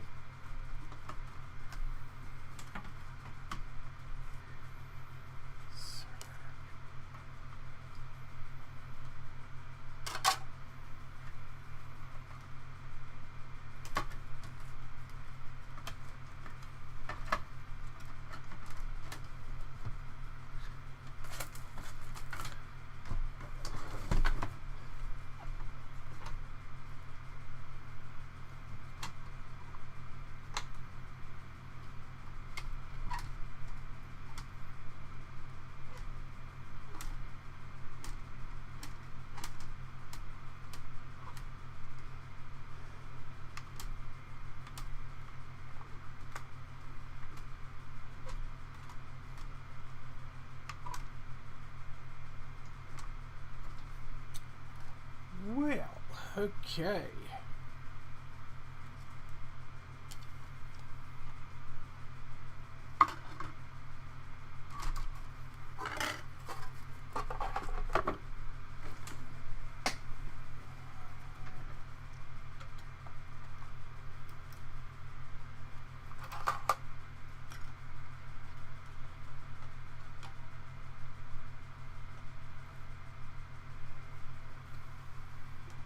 I do believe that there is a disc in the DVD drive.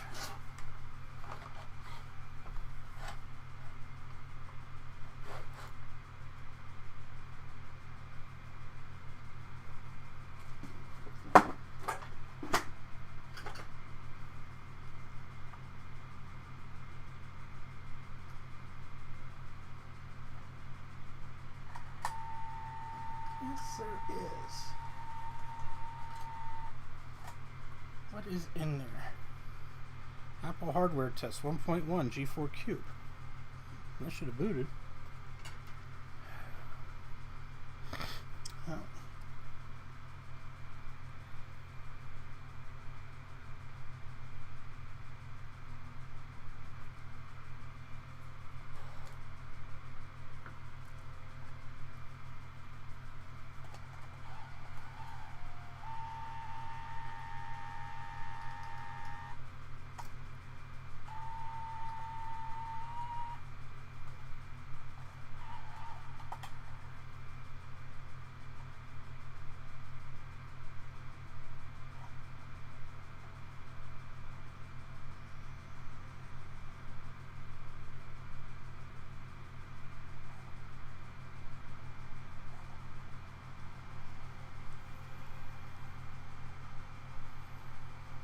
Success!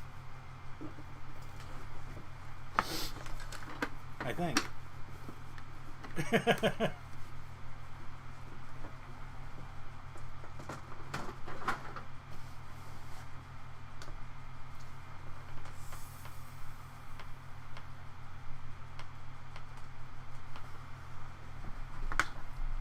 Hey, there we go. Just took a while.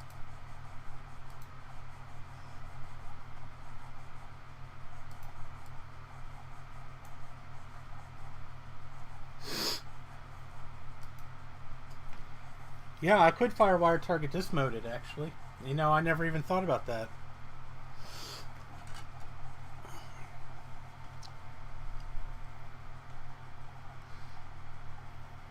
So this here is Mac OS 9 Lives Universal.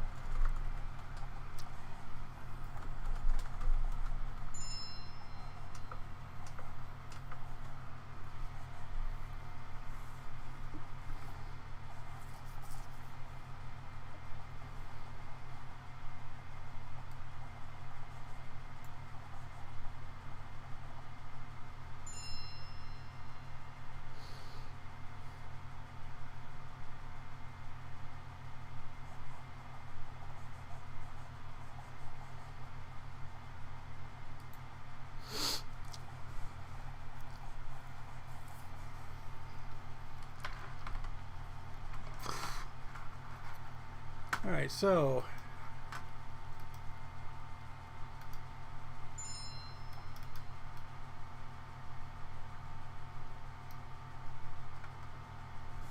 well, we don't have a hard drive showing up. That's probably the problem.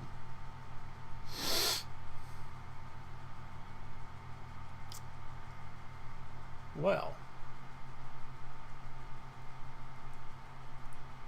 Yeah.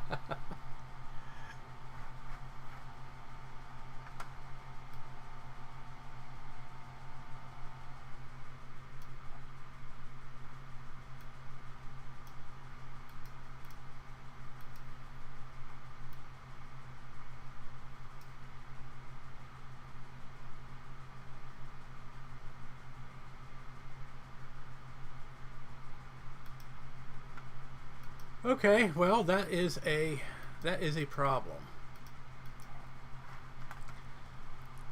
We do have 1.25 gigs of RAM.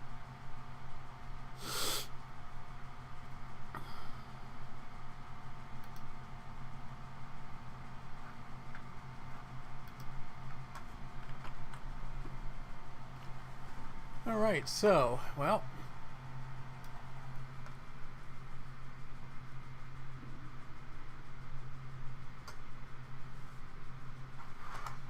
it shuts down quick.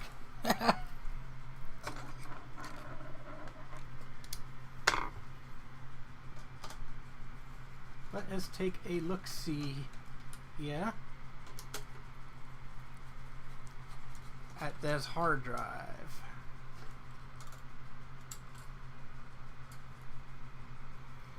We know the IDE cable's working because...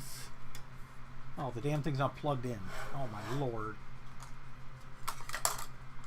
What idiot unplugs the hard drive and doesn't plug the freaking thing back in?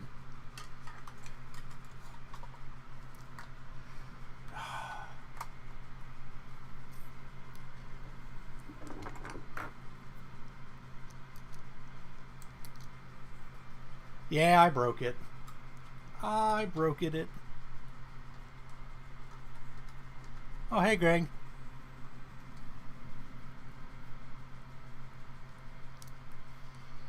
I posted it in the group chat last night.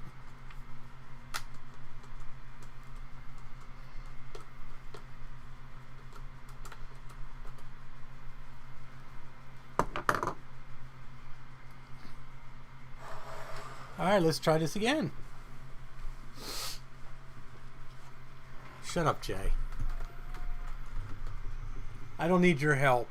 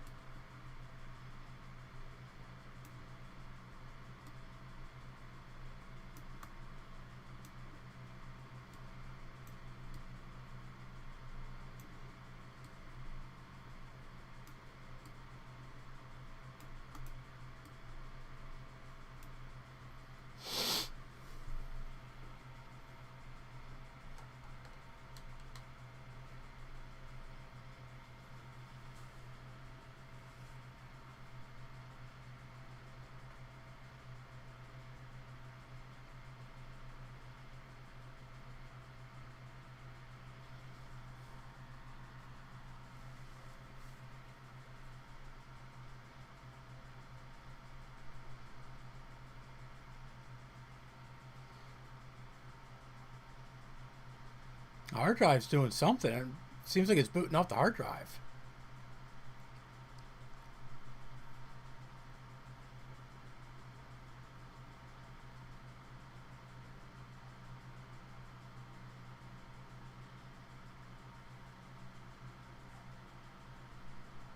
Now it's going to the DVD. Okay.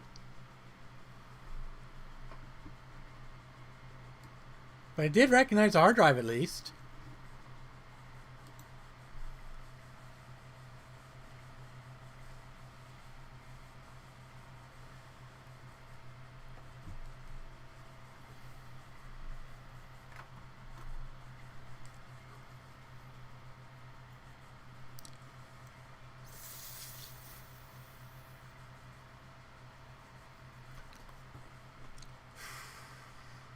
I've never owned a Mac Mini G4. That's one of the machines I wouldn't mind having. The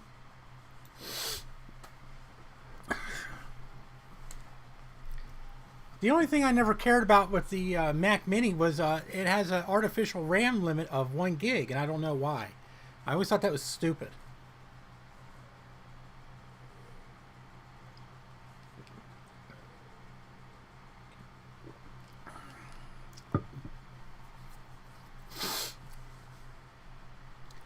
Yeah, I'm not a big fan of Leopard. I mean, it's a good operating system, but I think it's very slow. It's just it's really bloated. Leopard was the first universal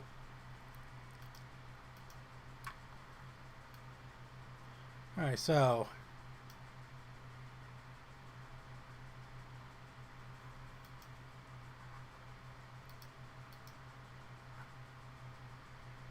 looks like I have a 120 gigabyte hard drive in here.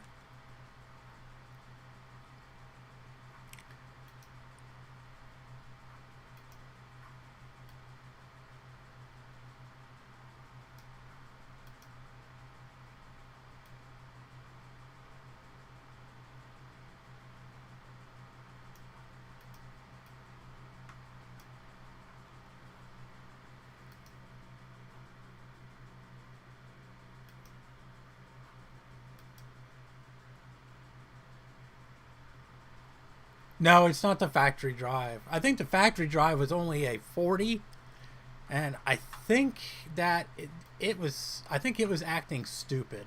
I don't recall.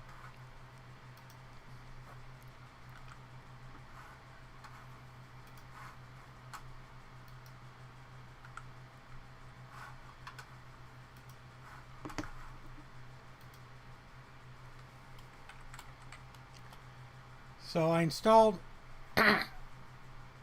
I didn't install. I partitioned the internal hard drive into 2 separate partitions because I want to install OS 9 and 10 on this machine. So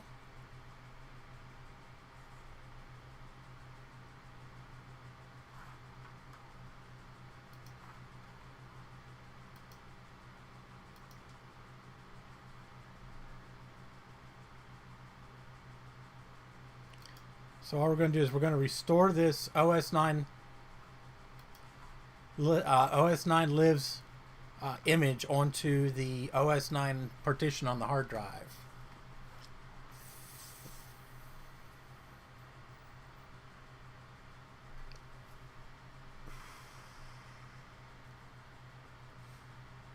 Well, thank you, Joris.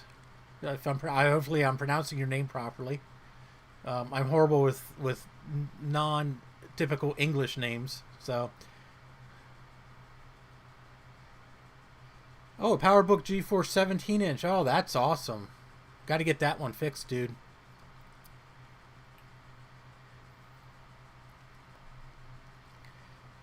Yes, Tiger does have classic mode. It's not 100% compatible, though.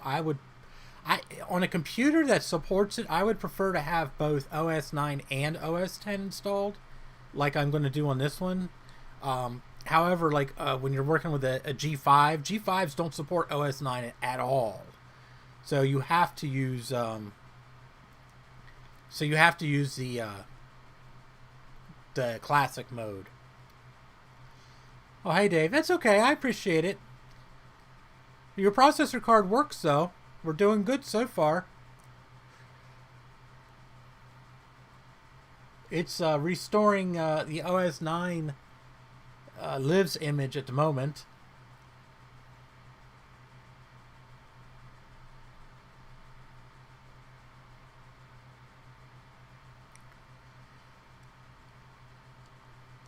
And I use the 450 card, Dave. I'll keep the 400 for a backup. I have to look at my sawtooth that I have down in storage and see. I'm not exact. I think that might have a 450 in it. I'm not exactly sure.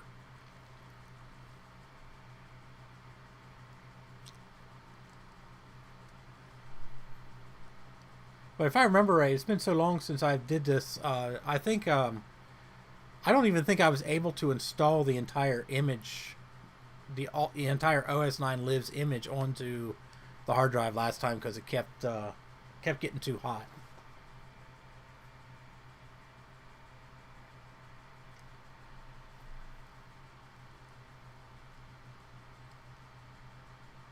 Yeah, I agree. It's always good to have spares. You can never have enough spares.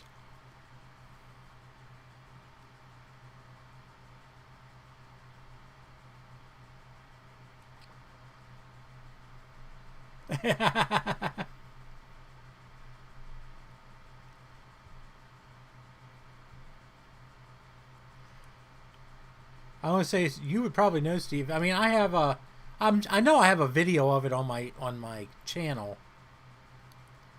So,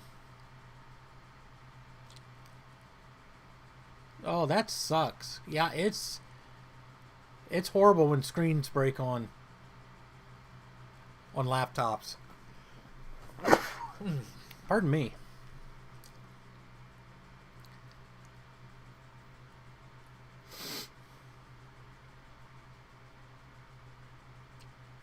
And a 17-inch PowerBook G4 is not exactly a common laptop to get a screen for. Thank you.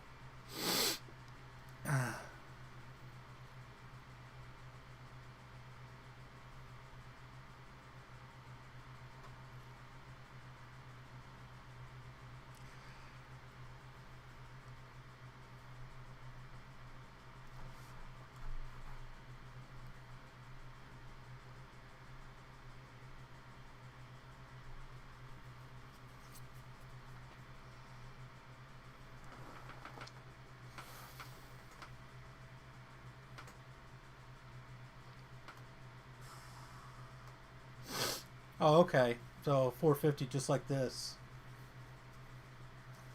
I know the G4 server is a dual processor. That's cool, Dave. Just drive safely.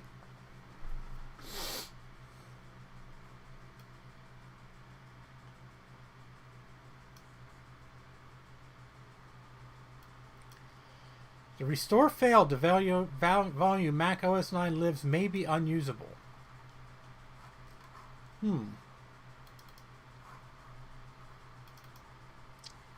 Oh, the system folder's here.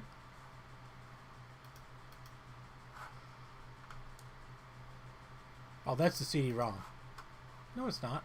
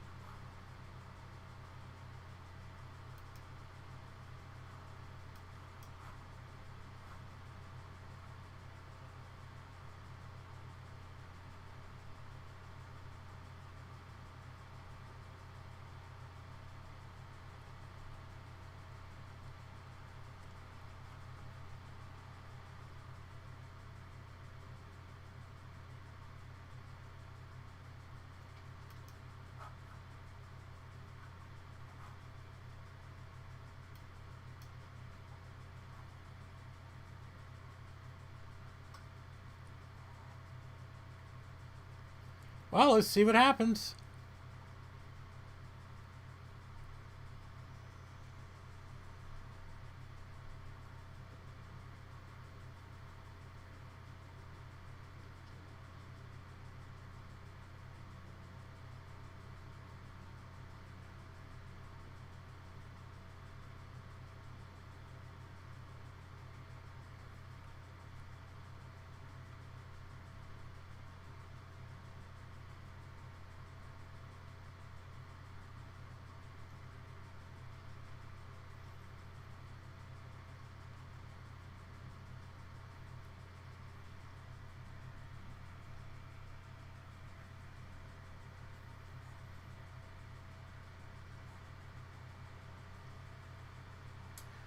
Well, it's not happy.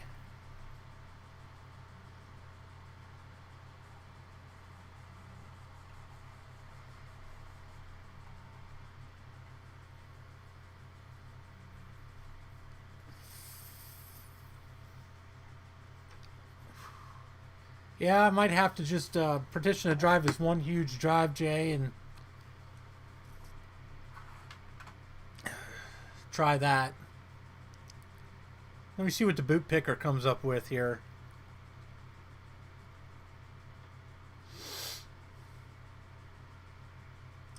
I started booting off the DVD again. The CD, the OS 9 Live CD. And apparently that's the only thing it seems to be finding that's valid to boot from. So I might have to do as Jay suggested, and we might have to just initialize the drive as one huge drive, and then and then try restoring it again.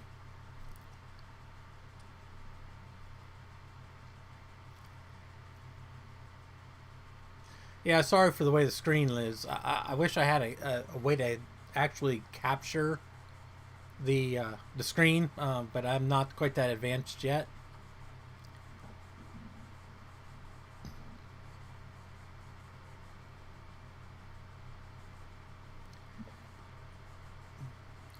I'm sure you can do a lot of things in open firmware. I just I hate farting around in open firmware.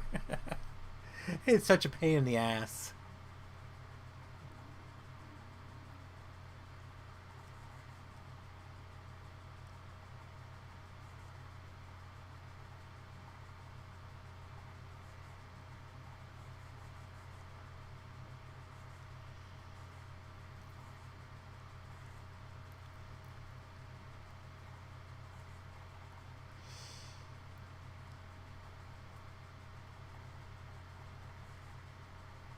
Yeah, you can run a G4 with multiple hard drives.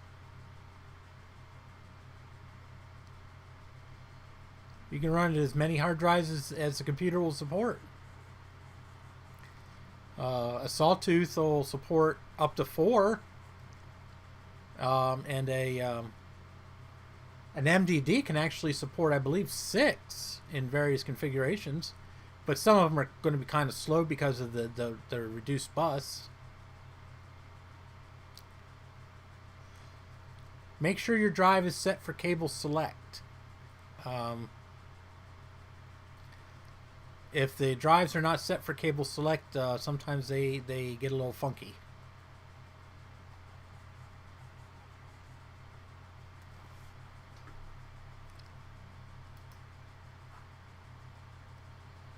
See, now it's not recognizing the hard drive.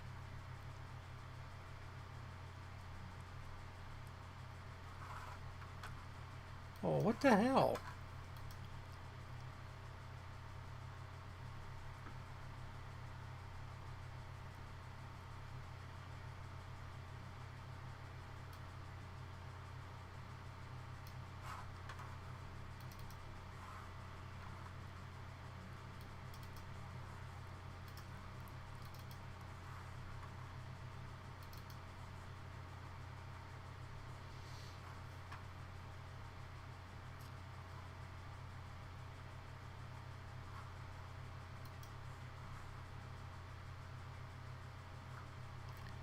Well, see, it's a hard drive.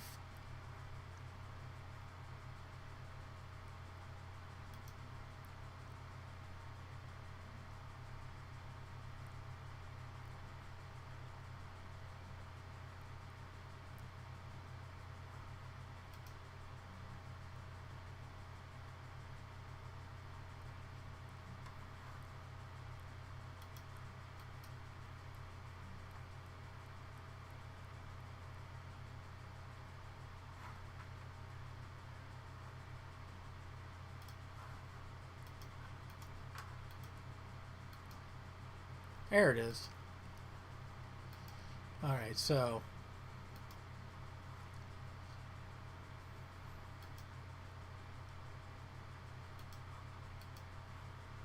we're going to reinitialize the hard drive with just one partition on it this time.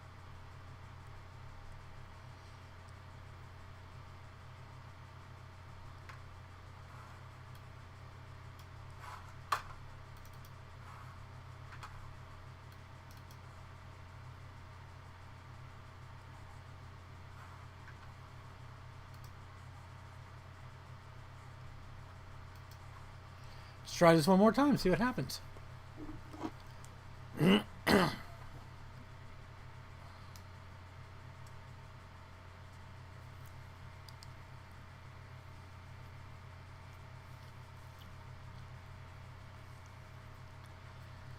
I know some of the G3 machines are capped at 128 gigs, but to my knowledge, the G4 machines don't have that limitation. So, yeah, you shouldn't have any, especially since you're running an 80 gig, you shouldn't have any issues.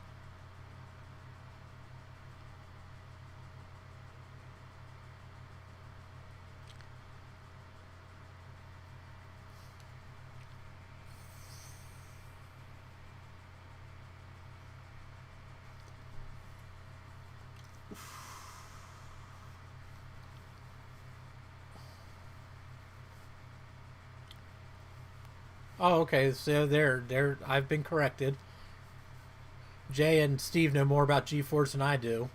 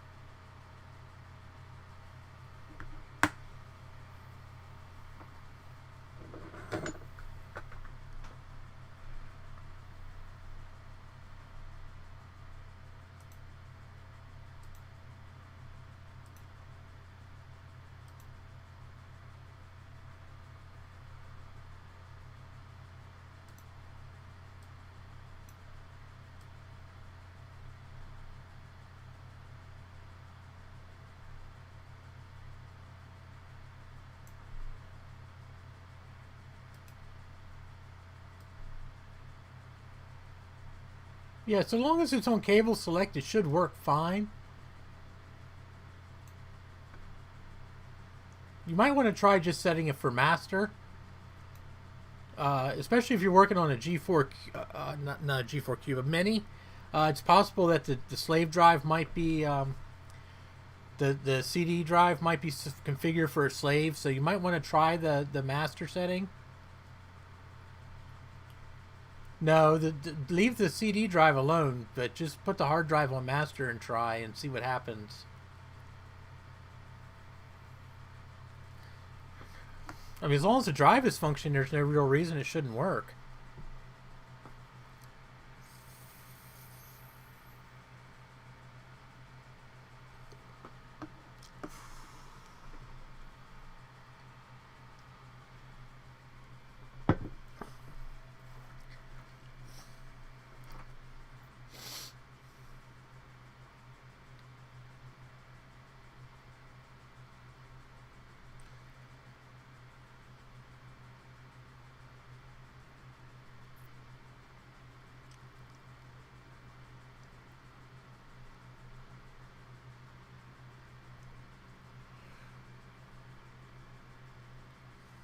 Steve was underdressed.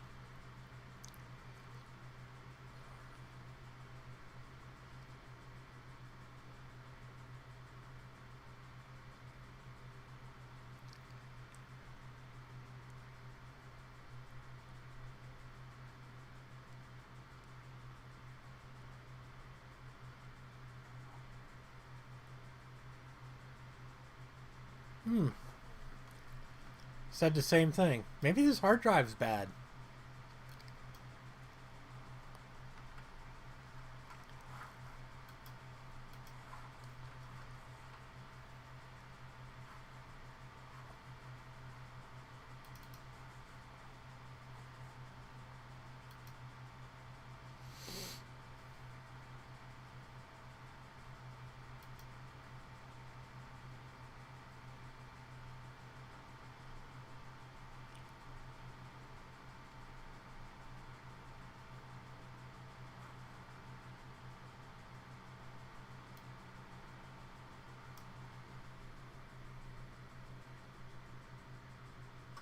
Let's try this again and see what happens.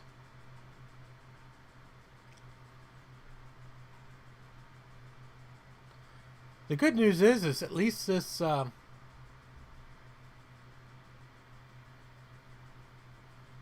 least the computer's stable now. It wasn't stable before.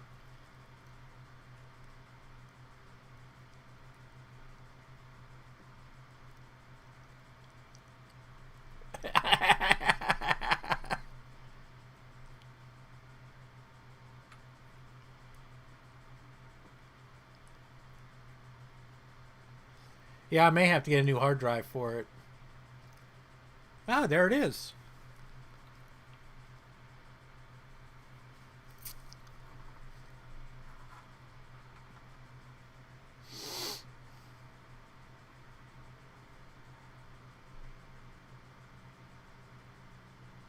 Yeah, I could do that, Steve.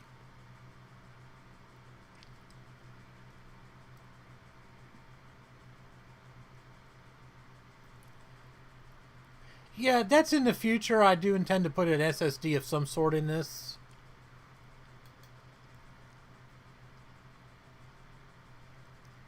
I'm getting away from spinning hard drives and just about everything. I didn't like that.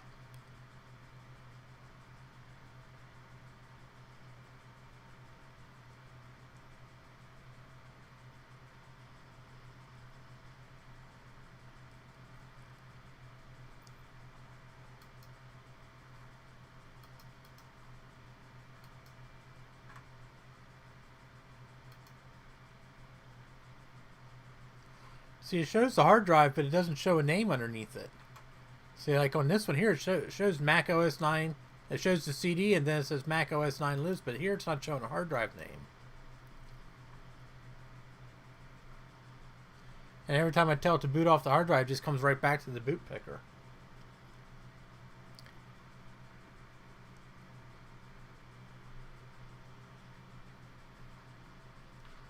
Well, crap.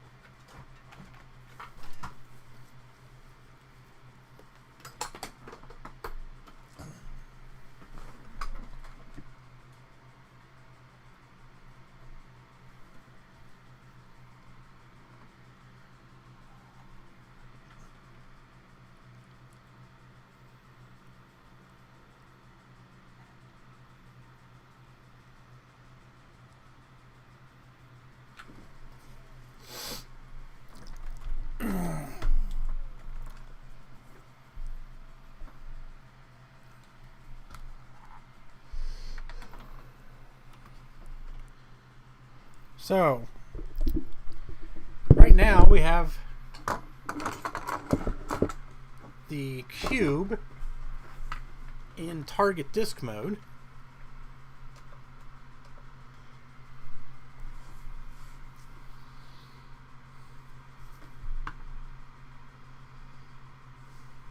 Yeah, I know, way too many mics.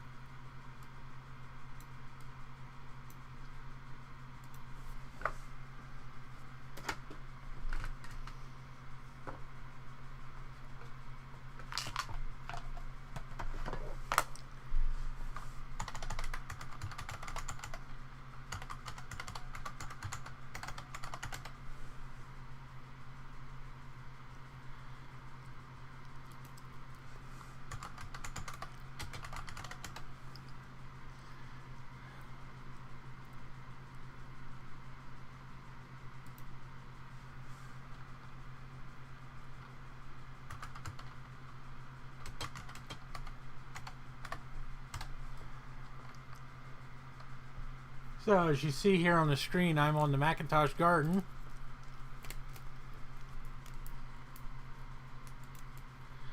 Run by our good friend Christian. He was in the chat earlier. I don't know if he's still here.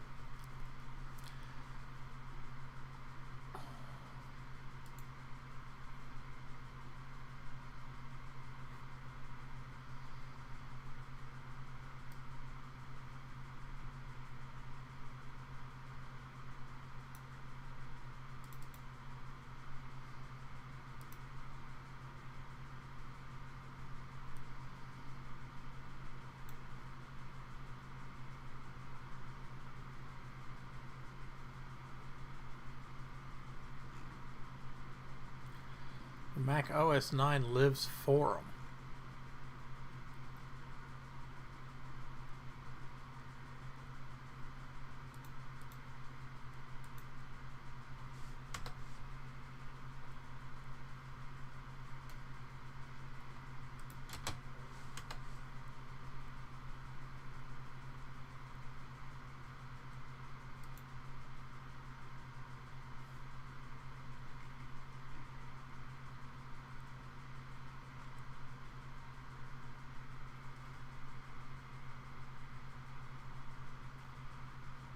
Hey, Christian.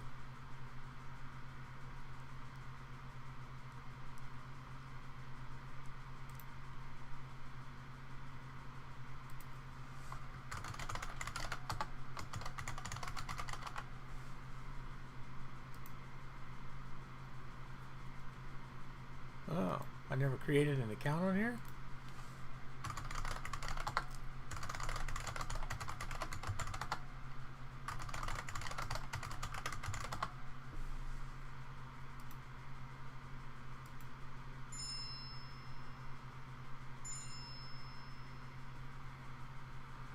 Okay, Steve's sending me random text messages. Oh, okay, I got you.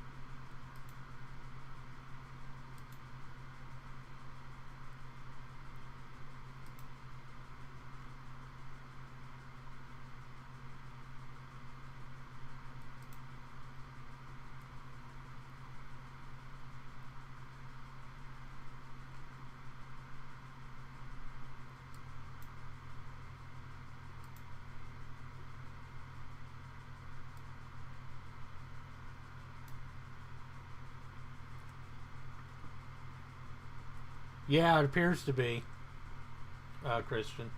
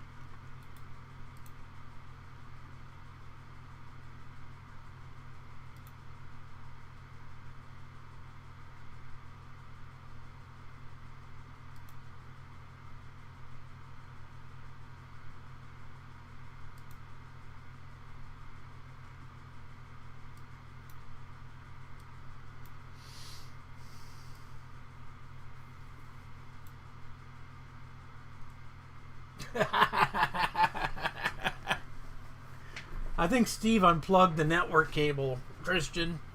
It's all his fault. We want to blame it on... Actually, we better blame it on Jay. I think it's Jay's fault. Jay took his cluster nodes offline, so therefore we can't download anything now. The jerk.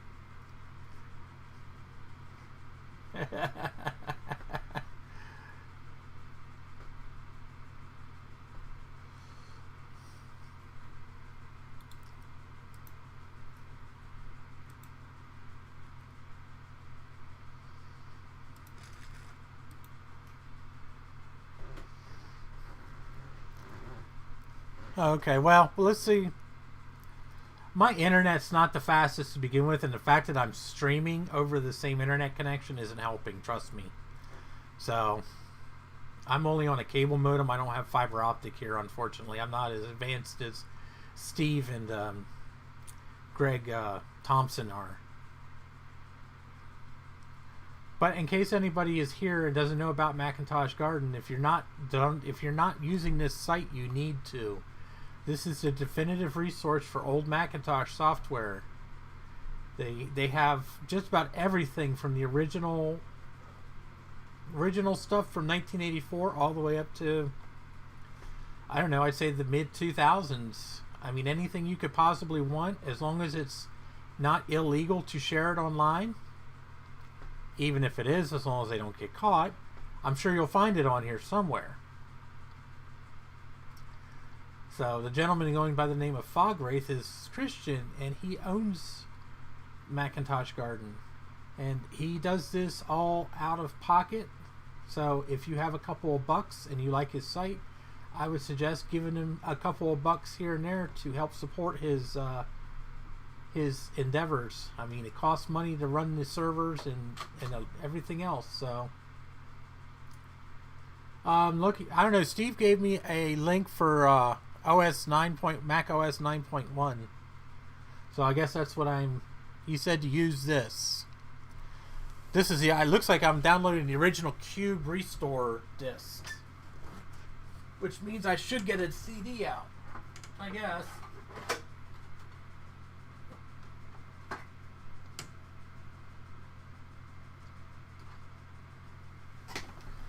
And now we're going to go on the assumption that I actually have a working CD burner in this computer, because I don't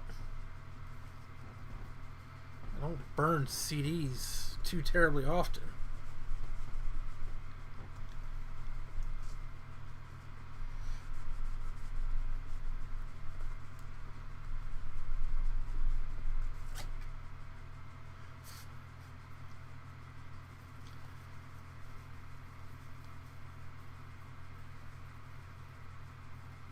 I do have CDs here, though, which is a plus.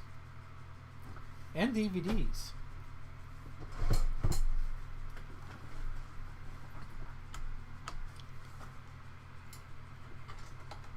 Holy crap, my super drive actually ejected. Hell hath frozen over, people. It is official.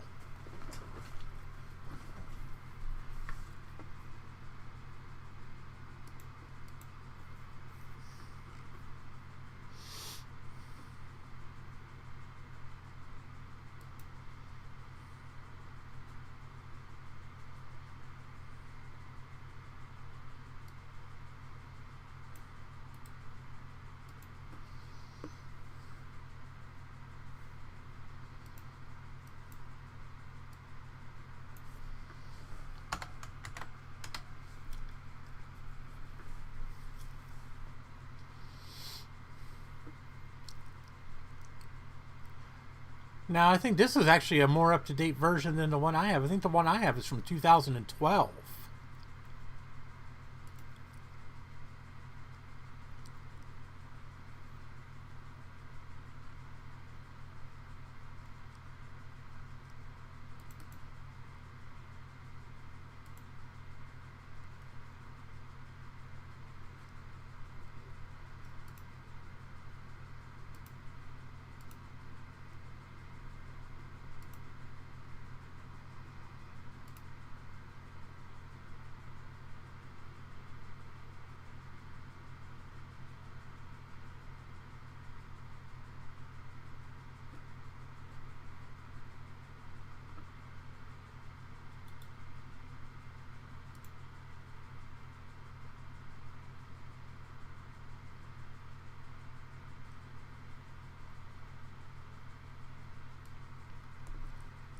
So Steve, am I able to just like drag this onto the hard drive under target disk mode?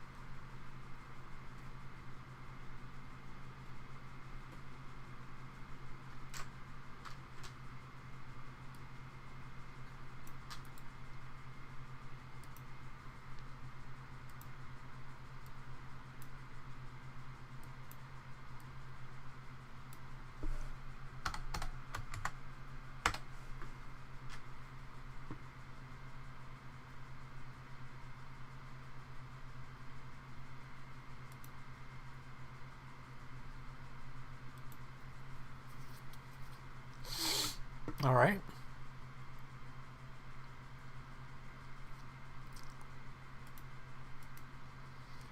Give that a shot.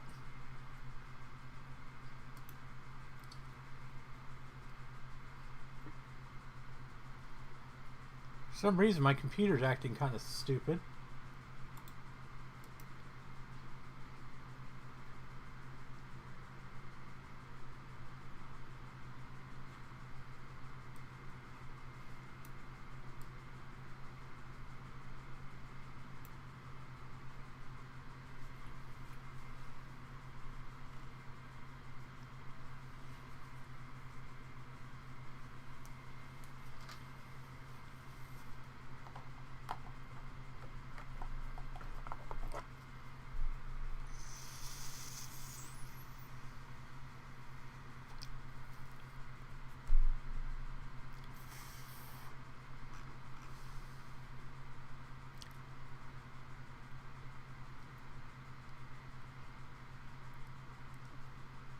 Come on.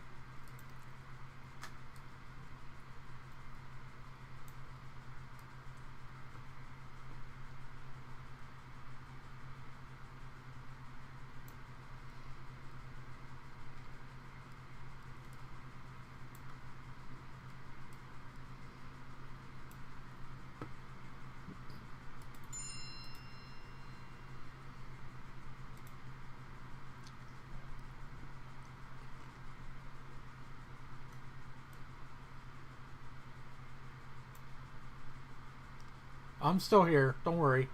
It hasn't frozen up. I'm just, my brain is functioning kind of oddly right now. I'm trying to find...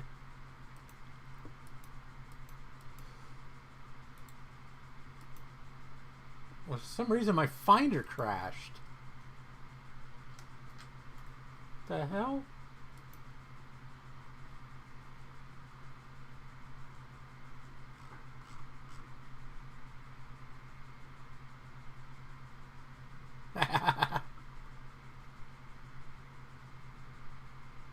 You know, Chinese actually doesn't sound half bad, to be honest with you, Ashton.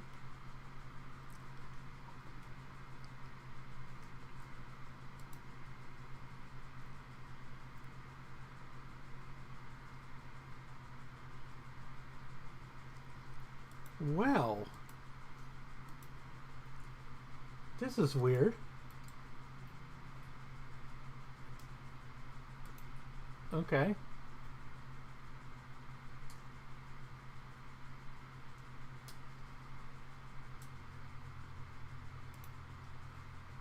There it is. All right. Wow.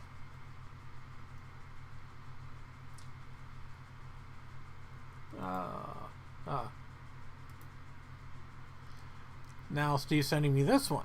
Okay.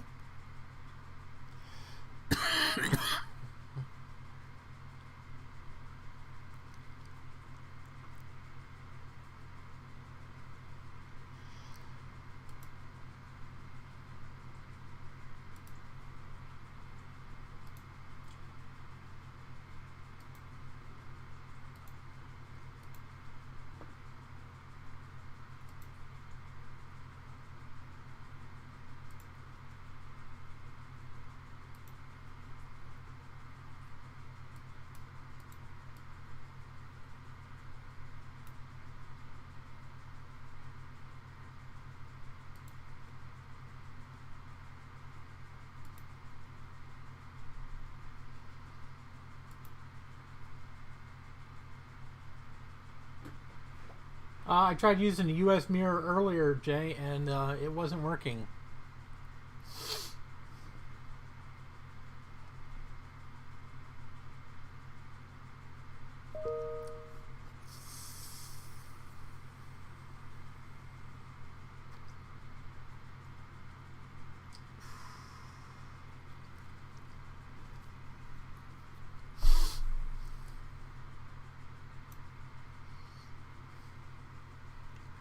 It's not Christian's fault. He's not in the United States.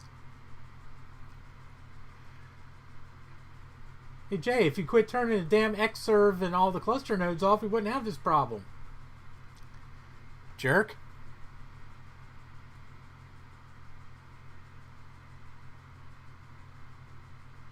Yeah, this is going really slow, actually.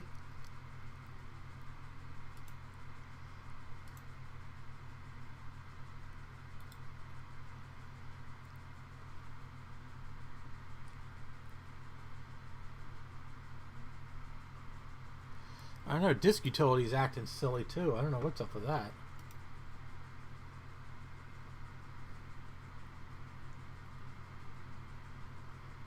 I'm going to blame you, Jay, because it's more fun. I told everybody you shut the Xserve G5 and all the cluster nodes off. That's why the US mirror's down.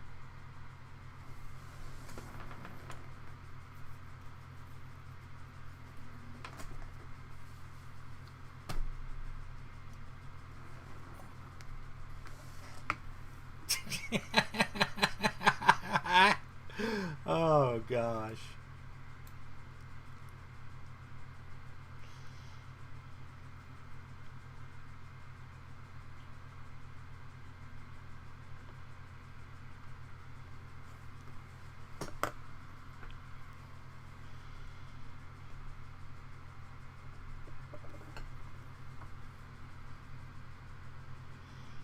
Huh. I'll be damned.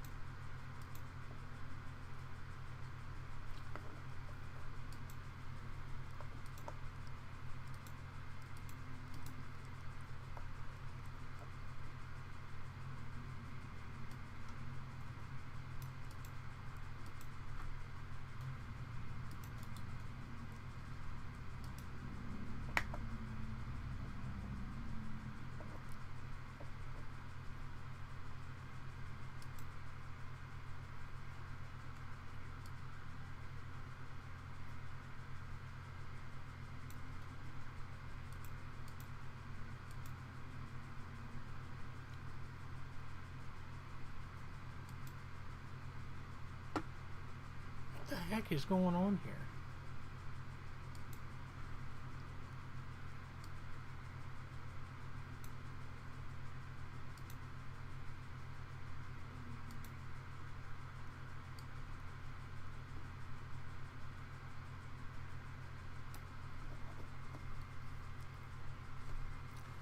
I can't even get the silly thing to mount now.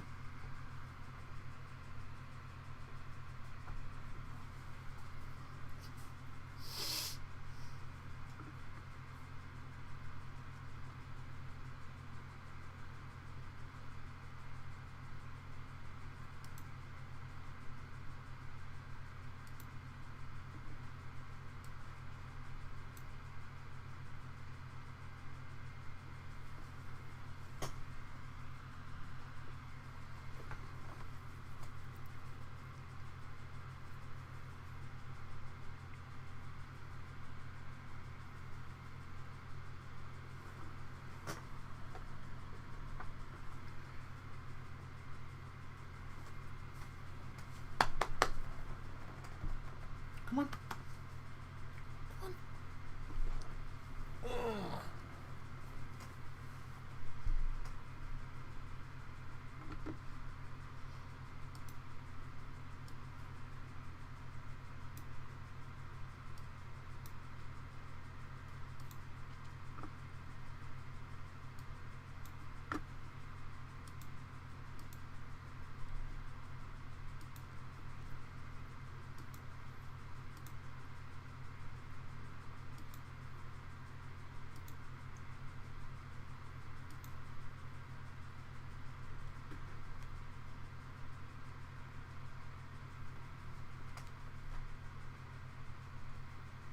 My background is streaming.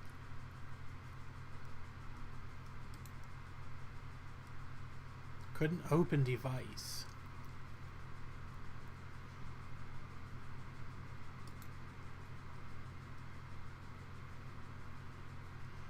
Oh. Yes, I think it is cursed. This hard drive may be bad too.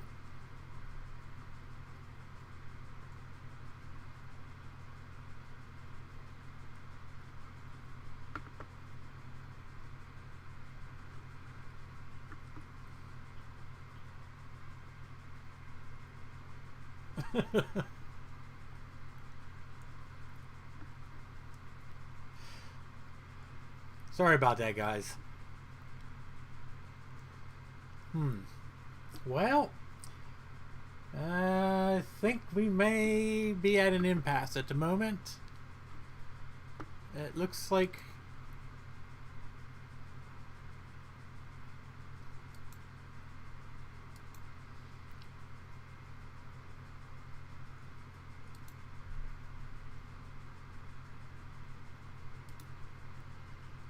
try erasing it again here.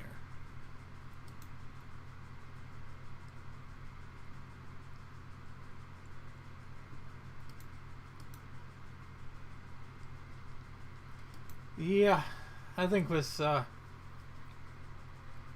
drive's shot.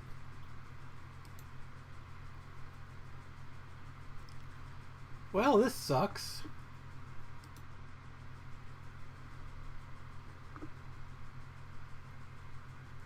Yeah, I know disk utility is not the greatest. It's what I have. I mean, I've gotten it to run fine. I don't have any more IDE drives here, Jay. I still have. I have a whole bunch of them down in storage, but I'm not driving. I'm not driving an hour away just to pick up an IDE hard drive just to continue this stream. I have to go down to York tomorrow. Yeah, I have a DVD. I brought it. This is Prada, by the way. Hello. He's purring up a storm. Yeah, okay, Jay. Are you paying for my gas? I mean, if you're paying for my gas, I'll do it.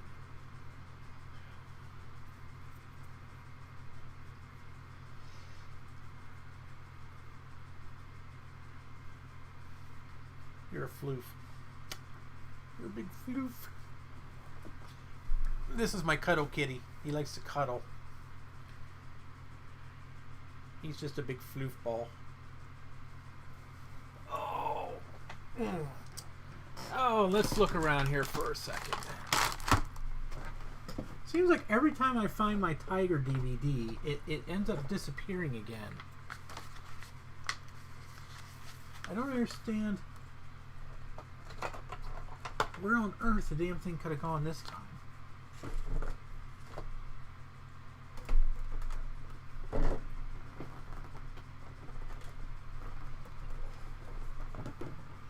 Wait, what's this?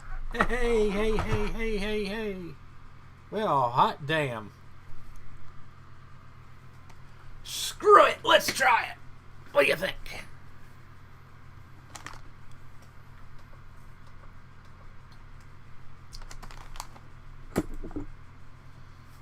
Yeah, I know. They have a tendency to just, you know, grow legs and disappear.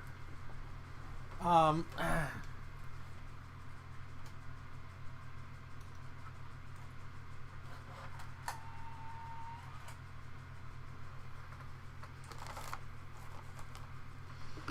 what the hell?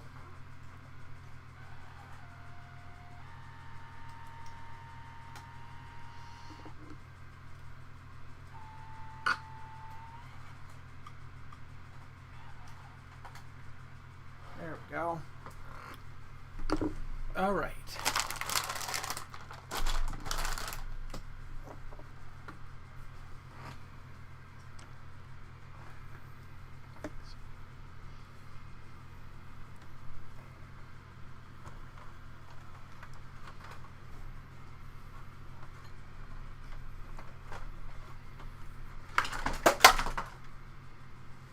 I don't know what that was, but well, I guess it's not necessary.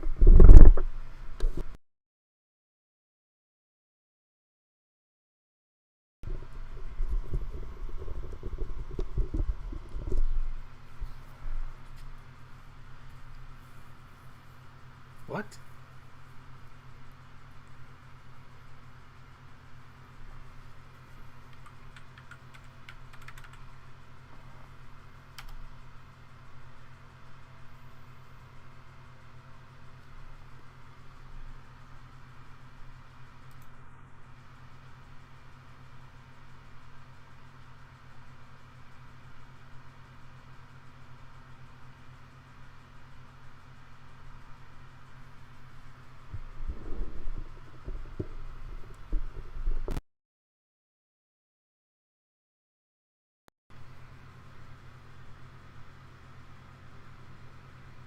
Anybody ever get that message before trying to boot from Tiger? I've never seen that. It says try $ boot.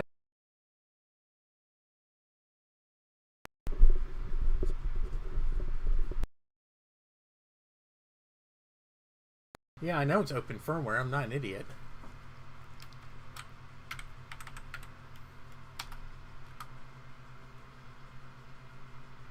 Oh, sorry about that.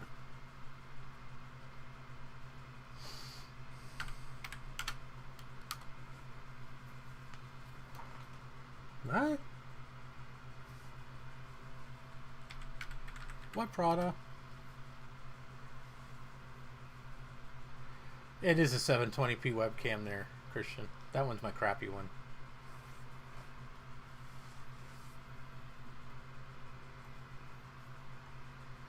Prada? Prada! Knock it off.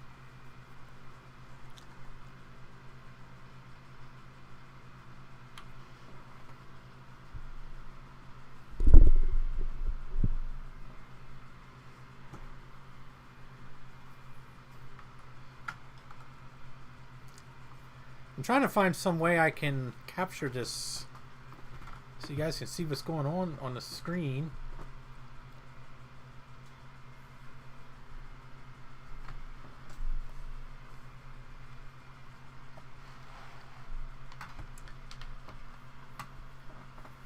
Yeah.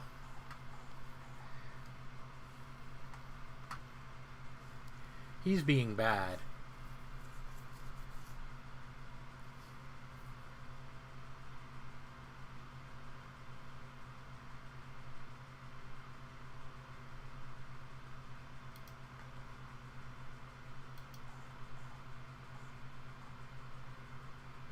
Oh, you know what it probably is doing? I bet you it was trying to boot off the hard drive, and the hard drive's probably corrupted and screwed up. So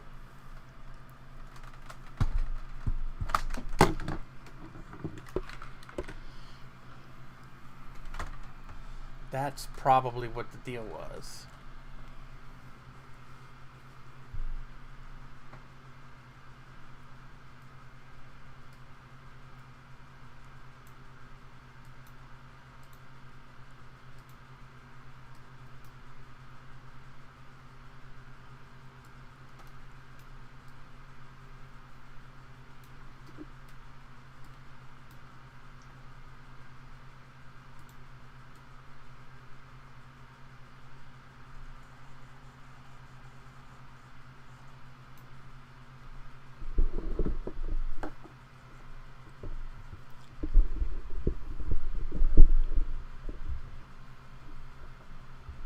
Sorry, it's not the best capture device, but it's the best thing I can come up with at the moment.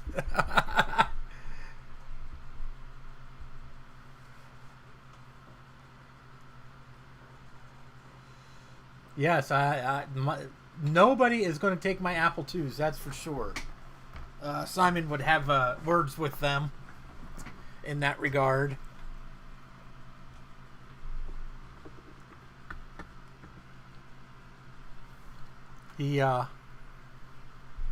He sleeps on. It's funny. I have the stack of PCs here, and then I have the stack of Apple IIs right here. He sleeps on the Apple IIs, but he won't sleep on the PCs. Even if there's nothing laying on the PCs, he won't sleep on those. He'll sleep on the Apple IIs.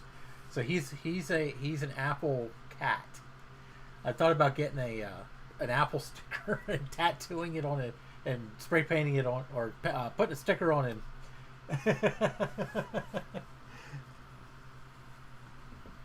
What, Prada? Come here. This one's being a brat. So, yeah, the only problem with Simon sleeping on the computers is he deposits his white fur everywhere. So, oh yes, they love sleeping on my MagSafe. If I'm in bed with my PowerBook or something, and I have the MagSafe laying on the bed, one of them will guaranteed be laying on it. So,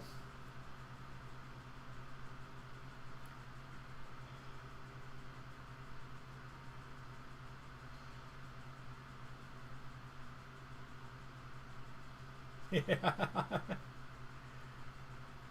I have an electric blanket on my bed, and I have to pretty much leave it on 24/7 because the cats love it. They will sleep on the electric blanket all the time. He's burying his face in my arm. He's a dork.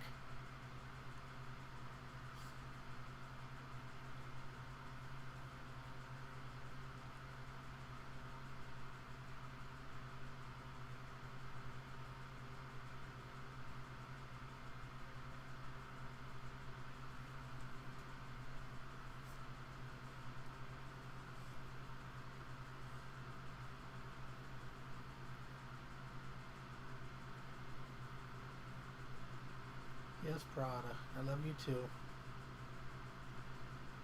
You're such a brat.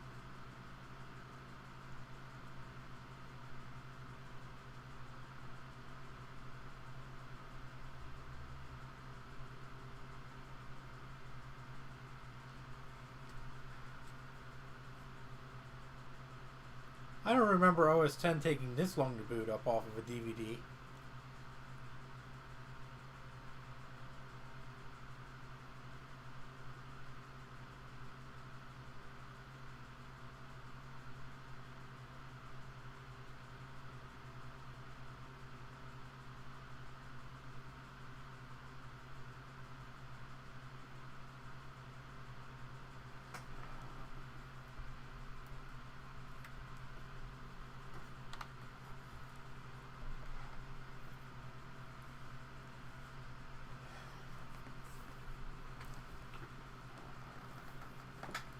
No, I know it's not the fastest. It's only like a 6X or something like that, I think. And I know this is a pretty big install, pretty big boot.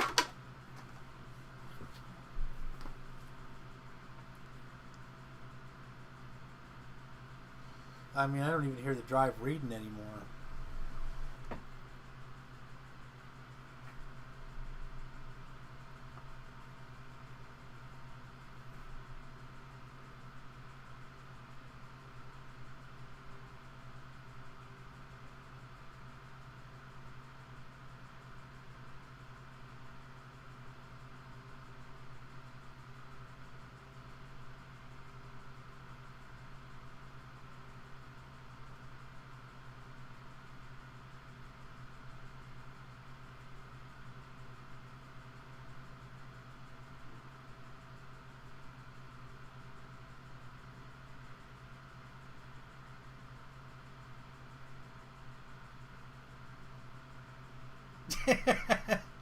Yeah, it only has 1.25 gigs, right? No, that's probably not enough RAM for extend the boot.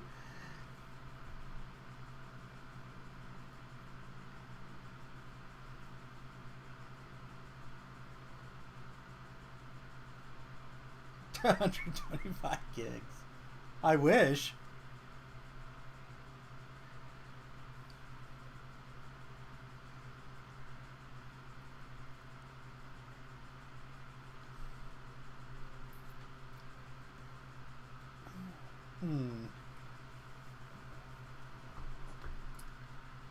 Well, shit.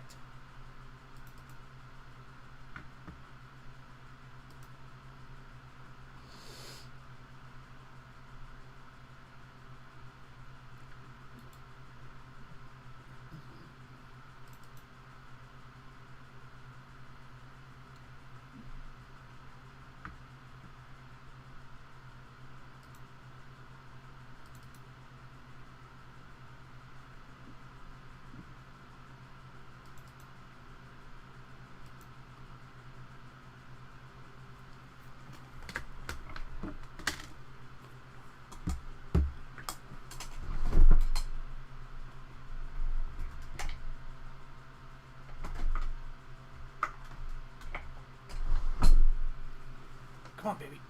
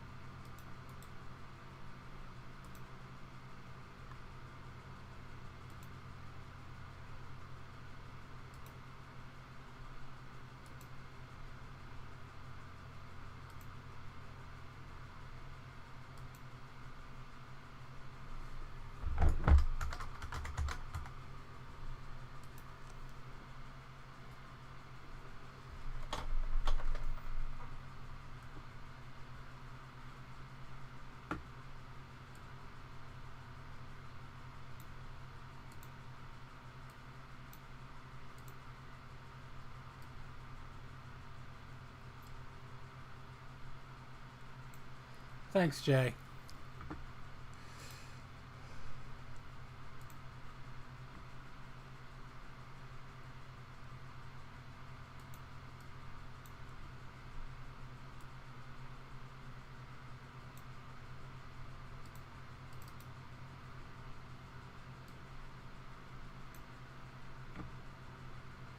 Alright, so I'm going to try something strange here.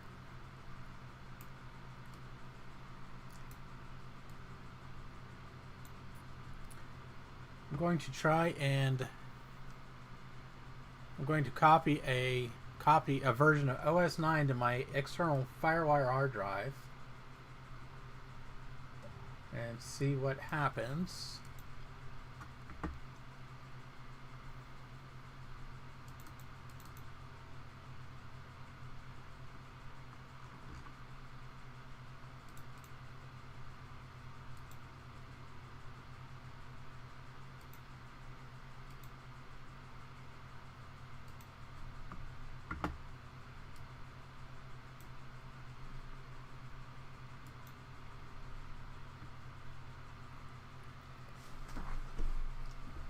Well, Steve, in theory it should work. Let's see if it actually works in practice.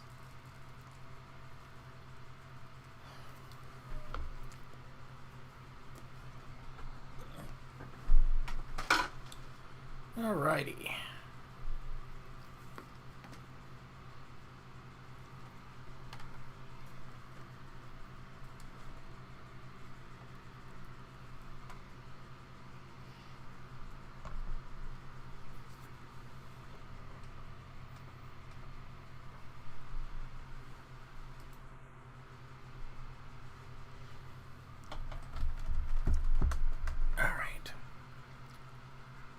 Reset.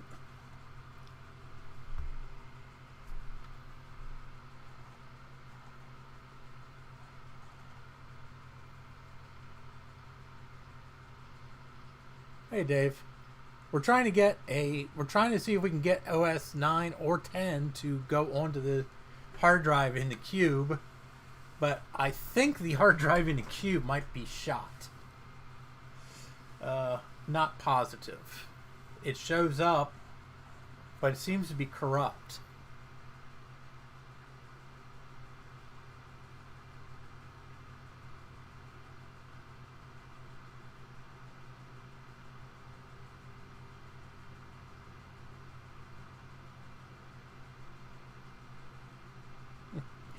And the FireWire drive won't show up at all either.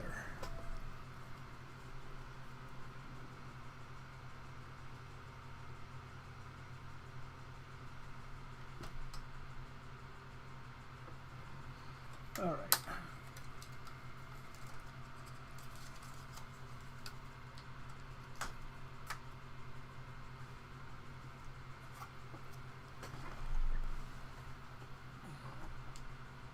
Yeah, that is a problem, Dave. That's for sure. That is a large problem.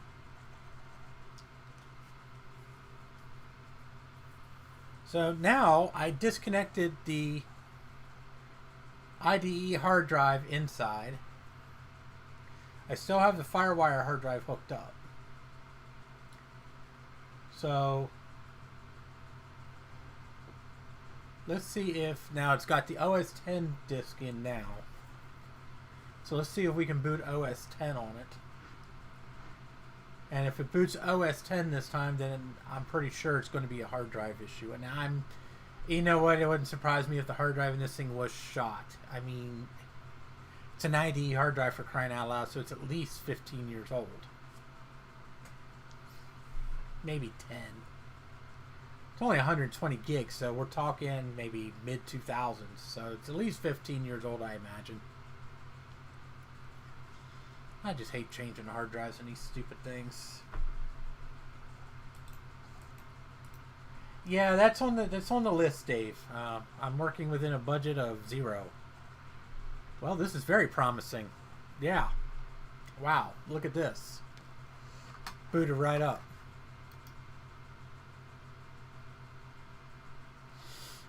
I have some working hard drives, Trina. Down in storage. I have to go get them. They're an hour away from me. So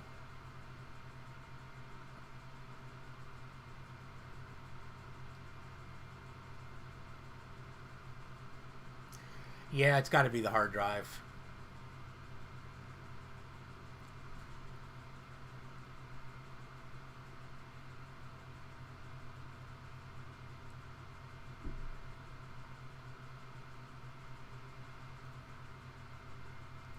And unfortunately, the only stuff I have here is just SATA drive. I don't have any. I don't have any regular ATA drives. All I have are SATA drives here at the house. And I'm not tearing apart another computer just to rip a hard drive out. It's on cables, or I'm sure it's on master.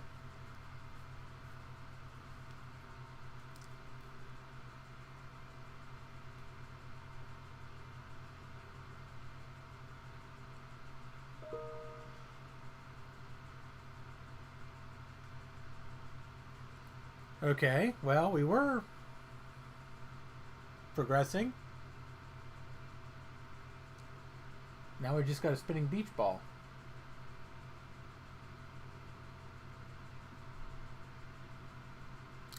Probably because I can't find a hard drive.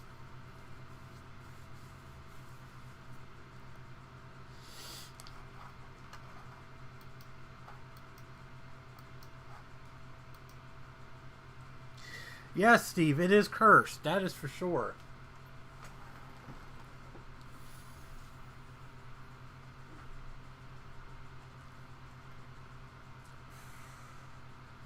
All right, let's reboot.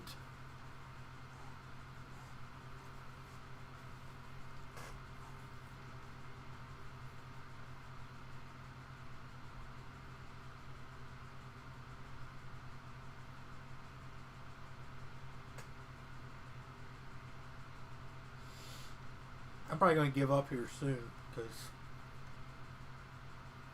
I need to eat dinner yet.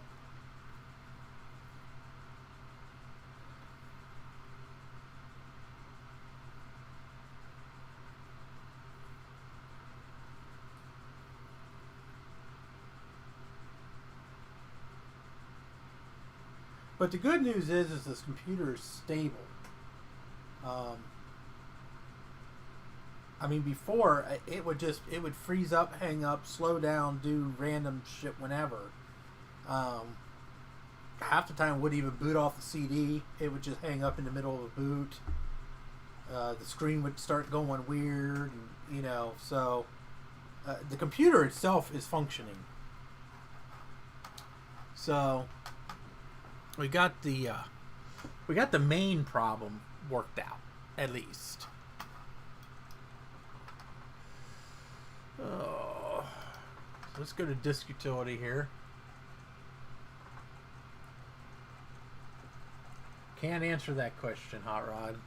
I don't play our RPGs really.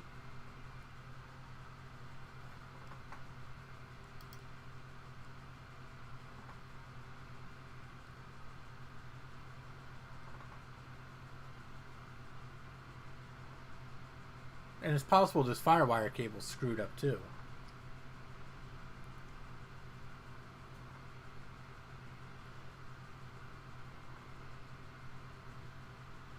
My cat's knocked my iMac off of my table with the FireWire cable plugged into it and bent the end of it.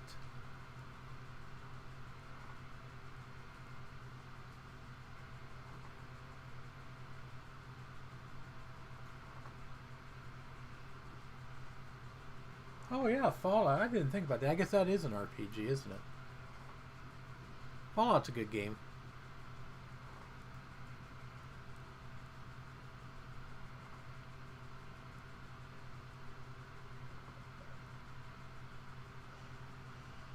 Yeah, I have a feeling that this FireWire cable is borked.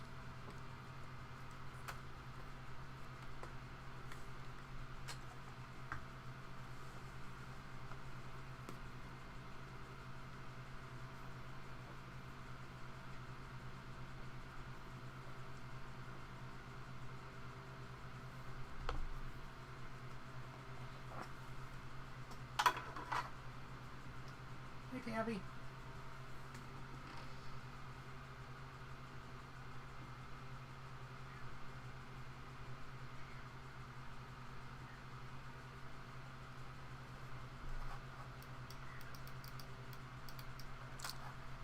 Yep, I think we got a problem here.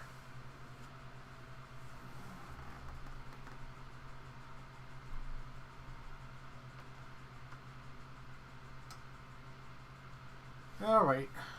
Well, oh. Yeah, my brain's not working good either.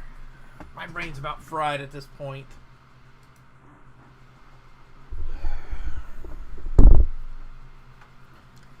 I've been cubing for 3 hours now. 3.5 hours.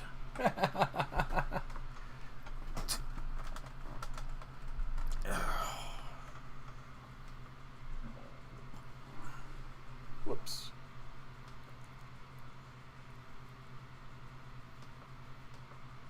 There we go.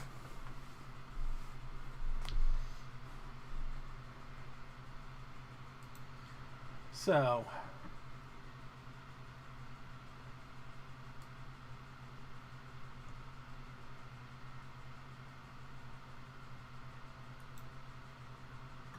that's where at the moment we stand, where the cube is functioning, but it needs a hard drive. So I think we're going to call it quits on it today.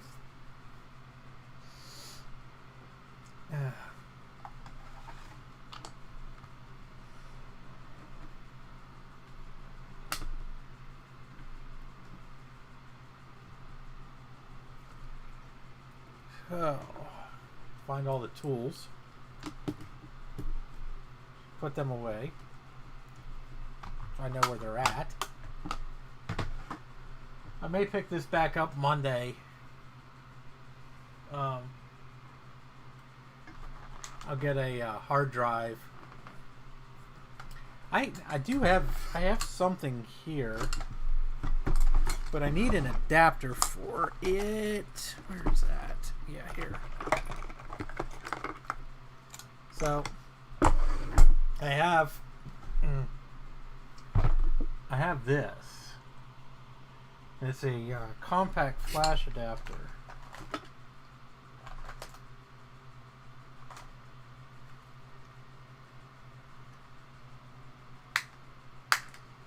And I was thinking about trying this as a kind of like an SSD. It's only 64 gigs. But I don't know. But it uses a small Molex connector. Not the actual hard drive one, so I had to get a power adapter, and I'm pretty sure I have those. I actually got this for my PS2 to put into my backpack hard drive, and my backpack hard drive won't recognize more than 400 megabytes on it, so it's kind of stupid to use in there. Yeah, even 64 gigs is an upgrade for the Cube. The Cube came with a what did this come with? This one came with a 20 gig hard drive, so that's 3 times more storage than it initially had. So that's an improvement. I'm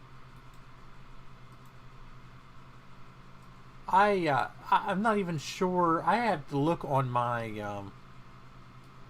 iMac G5 and see how much space I'm actually using.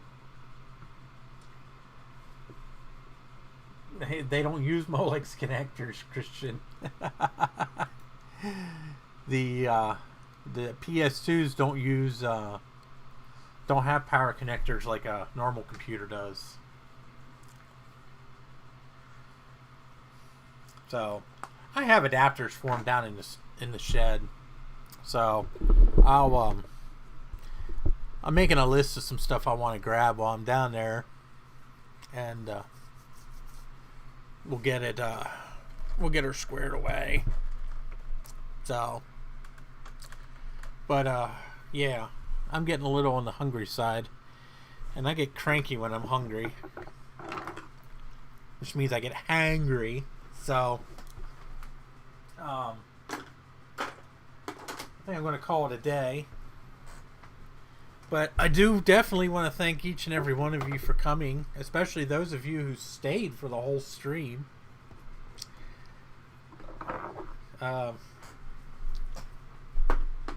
Such as Christian and Alan and Trina, even though she's been here on and off. I want to thank Dave for showing up. Dave Stahl was the gentleman who gave me the processor cards for the Cube to help me resurrect it. So he's been a invaluable help. Of course, Steve Matarazzo from Mac 84. He's the one that provided me with the broken cube in the first place. Well, I should say he's the one that sold me the broken cube in the first place. But he sold it to me dirt cheap, so I can't really complain. And the thing came from an e-waste facility, for crying out loud. So I mean, it's not like it's not like I was expecting miracles. So, but yeah, thanks Soul Blast, thanks Sad Mac, Hot Rod, of course Trina, and Trina is actually a patron of mine. For anybody who's interested, I do have a Patreon account. Does give you a couple of perks. I'm not really I haven't really set it up totally yet. I was kind of waiting to get some more patrons, but if you're interested in becoming a patron of Mike's Mac Shack, there's a link for you to join. It's not required. I don't expect anybody to pay anything, but anything that does get paid, it's going right into the channel. So, you know, but definitely visit Mac 84 for all of his repair hijinks. Steve is a very special patron. He's special. Steve has been instrumental in getting this channel to where it is in general, even though it's nowhere near what he has. But you know, he's been one of the biggest supporters in general of my channel and me in general. So we're probably going to be doing another get together here probably after Thanksgiving, sometime in December. We'll see what happens. But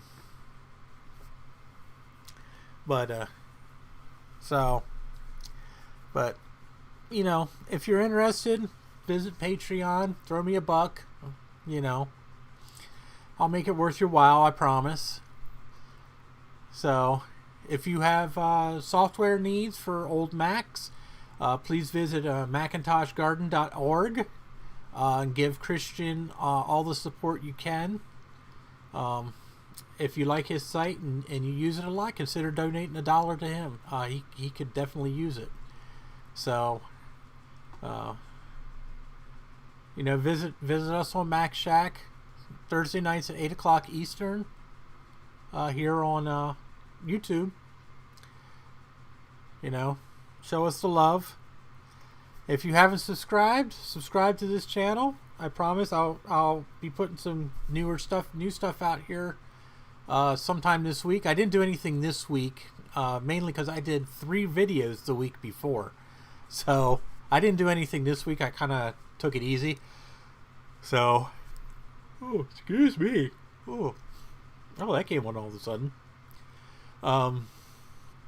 But I'm probably going to try to stream again Monday. It's definitely not going to be as long as this one. It's probably going to be like an hour and a half. So, that's all I got. So, like me on here, like me on Facebook, hate me, I don't care. So, but I wish you all have a good weekend, and thanks for coming. I appreciate the support.